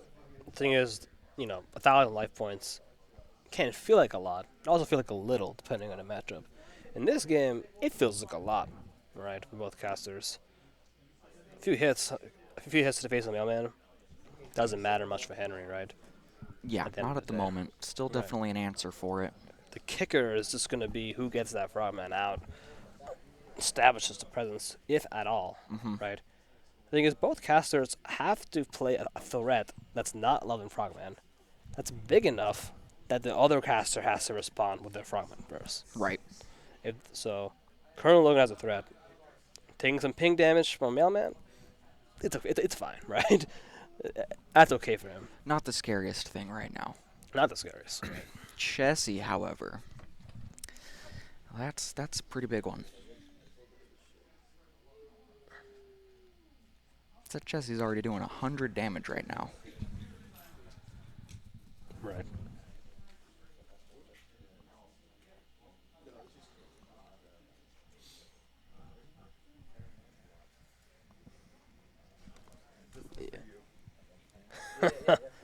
It's my favorite aura page.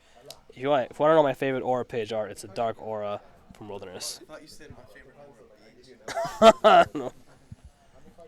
Aura page.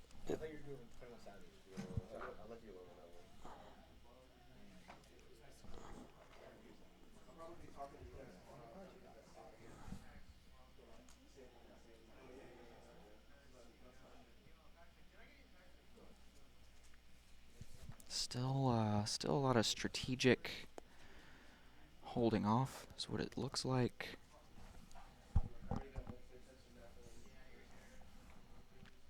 We've got to do something about that Chessie soon. Right. What Logan is doing, he's teasing Henry. Right. He's like, I want to play a mailman. Henry's like, all right. I don't have to respond to that yet. Mm-hmm. That's okay. Right. I gotta deal with it. And then he says, I want to play a Chessie next. Really swinging more damage. That's a bit of a game changer. So Henry needs to respond, right? Mm-hmm. I've got 2 Chessies now. That's double the scary.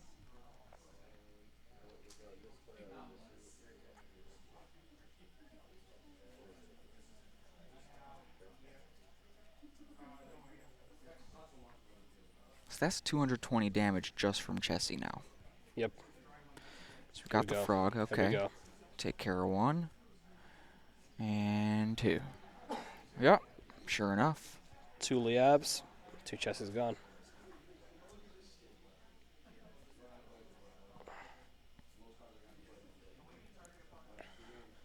Alright, there we go. That's what I'm talking about. Likely gonna see it. Gonna see Frogman into a bookmark. Sorry, into Lightning in the Bottle. I think Not- you're right. Yeah, and that should shut down the opposing 11 Frogman. Mm-hmm. Harshest part about that? Automatic paralyze from the power. It is pretty rough. All those status effects definitely throw a wrench in whatever your plan might have been. Right. Exactly. There we go. But particularly it's bad because that paralyze is going to shut down the essentially arena effect. Exactly. The bookmark more pages. And it's drawing pages is always going to be huge advantage. So it is paralyzed now, Right. but Right. pretty sure we saw an index Right. earlier. So it may seem a little grim, but there is an out. There is an out for Henry. The out is actually Oklahoma Octopus. Being able to swarm the 11 Frogmen overall. If Henry can put index or just draw into Oklahoma Octopus, put in those 10 pages, then you may be able to regain its ground here. Arno, can you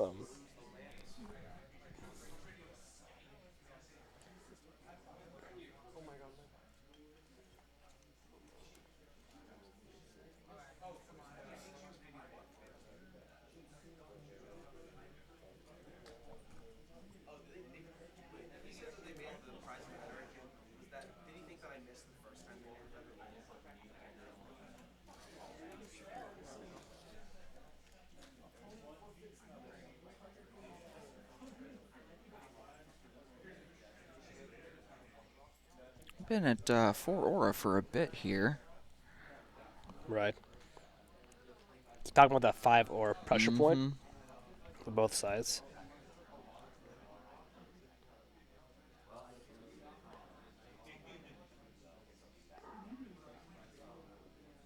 I'm curious, honestly, like that mind game of like when do you have to respond to this pressure, right? Like Logan's basically been itching Henry the whole time. It's like, hey, Yep. it's an itch, respond to it, right? Goading. Right.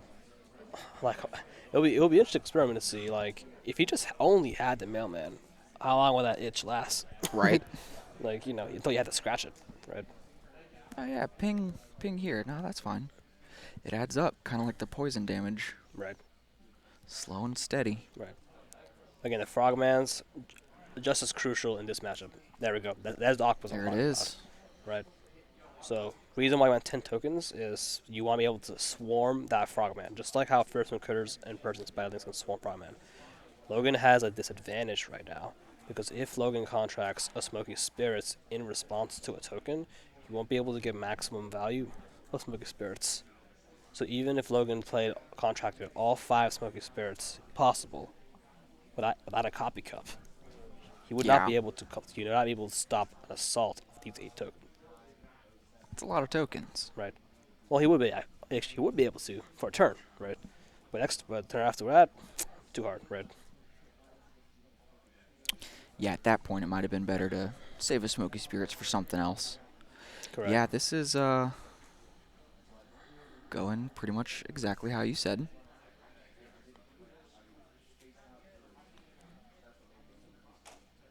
Which is kind of cool because I think we'll see it. You know, either way, Henry needs to regain tempo because That was definitely good play, but yeah. he can get pretty far. He can get pretty far just with these tokens. He can, but will it win in the game? I don't know. Don't know. Very good. All right, got 5 ore on both sides now. Right. I'm also curious to see if they side deck flood the earth. I would assume so. Yeah, you would. Yeah, I mean, bookmark for Just for the Aura. bookmark, exactly. You'd probably you would probably just take it out. There we go. This is really bad, since every token that Logan has, you can just take them all out. Yep, exactly. Yep, Just all take 'em gone. out. And now Henry's in a bit of a tough spot again. He's out of outs. Mm-hmm. Doesn't have an out in this situation.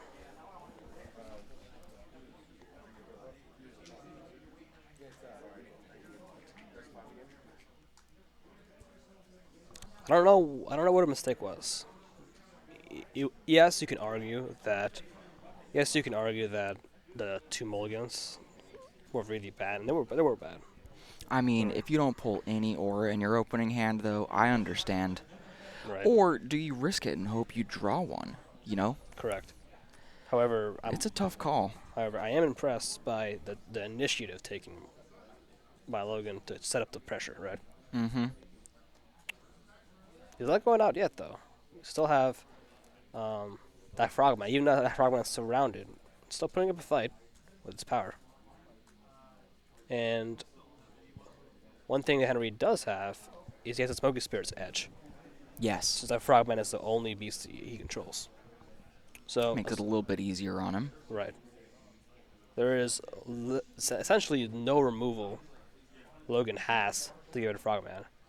So Henry can use this time to regain some bookmarks, right? Get some cages back, Mm-hmm. and get set up for a counterattack. The question is, how does he counterattack? And this is where the next play for Henry is Oh. likely going to be a Wallowa Lake Station. It's got to be at this point. Right. That's both the Right. Henry's frogs Right, taken care of. until a copy cup. That contract. copy cup was pretty clutch. Right. Copy Cup is used to be never seen at our competitive play. Now it's a very, very popular page we're seeing across multiple teams. A lot of casters been picking up popularity. In this potion-heavy metagame, Book of Spirits, Lightning Bottle, Copy Cup provides very high value for what it could do. Yeah, and it doesn't really matter who you're playing against. Almost everyone's going to be running at least one good potion. Right. Almost always, right? And not just Liab and Book of Spirits. How about things like Exquisite Stew? How about things like Unlucky Potion, Luck Potion, right? Copy Cup is very versatile. It's main deckable and side deckable. But here Logan used it as an extra copy like in the bottle. Which is totally fair, right? Yeah. So we got an Adam Ackler out on the field right now. Right. That's a little unexpected, for me at least. To I a degree. like it. To a degree, yeah. But Adam Ackler as well. I've seen the popularity as just a beater, right? Yeah, It is, he hits real hard. He's neutral. right, it's neutral. Any spellbook can run it. Similar to Wood Devil of Coos County and similar to Wood Devil of Coos County in Tomorrow's format, where Tree is active, right? Adam Ackler is just a pricier copy of Wood Devil, Yeah. right? If Tree's not active. I wonder if that was in his side deck. I don't know.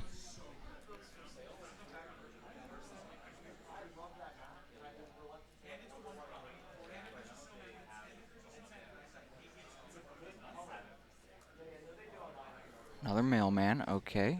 All right. This is very bad.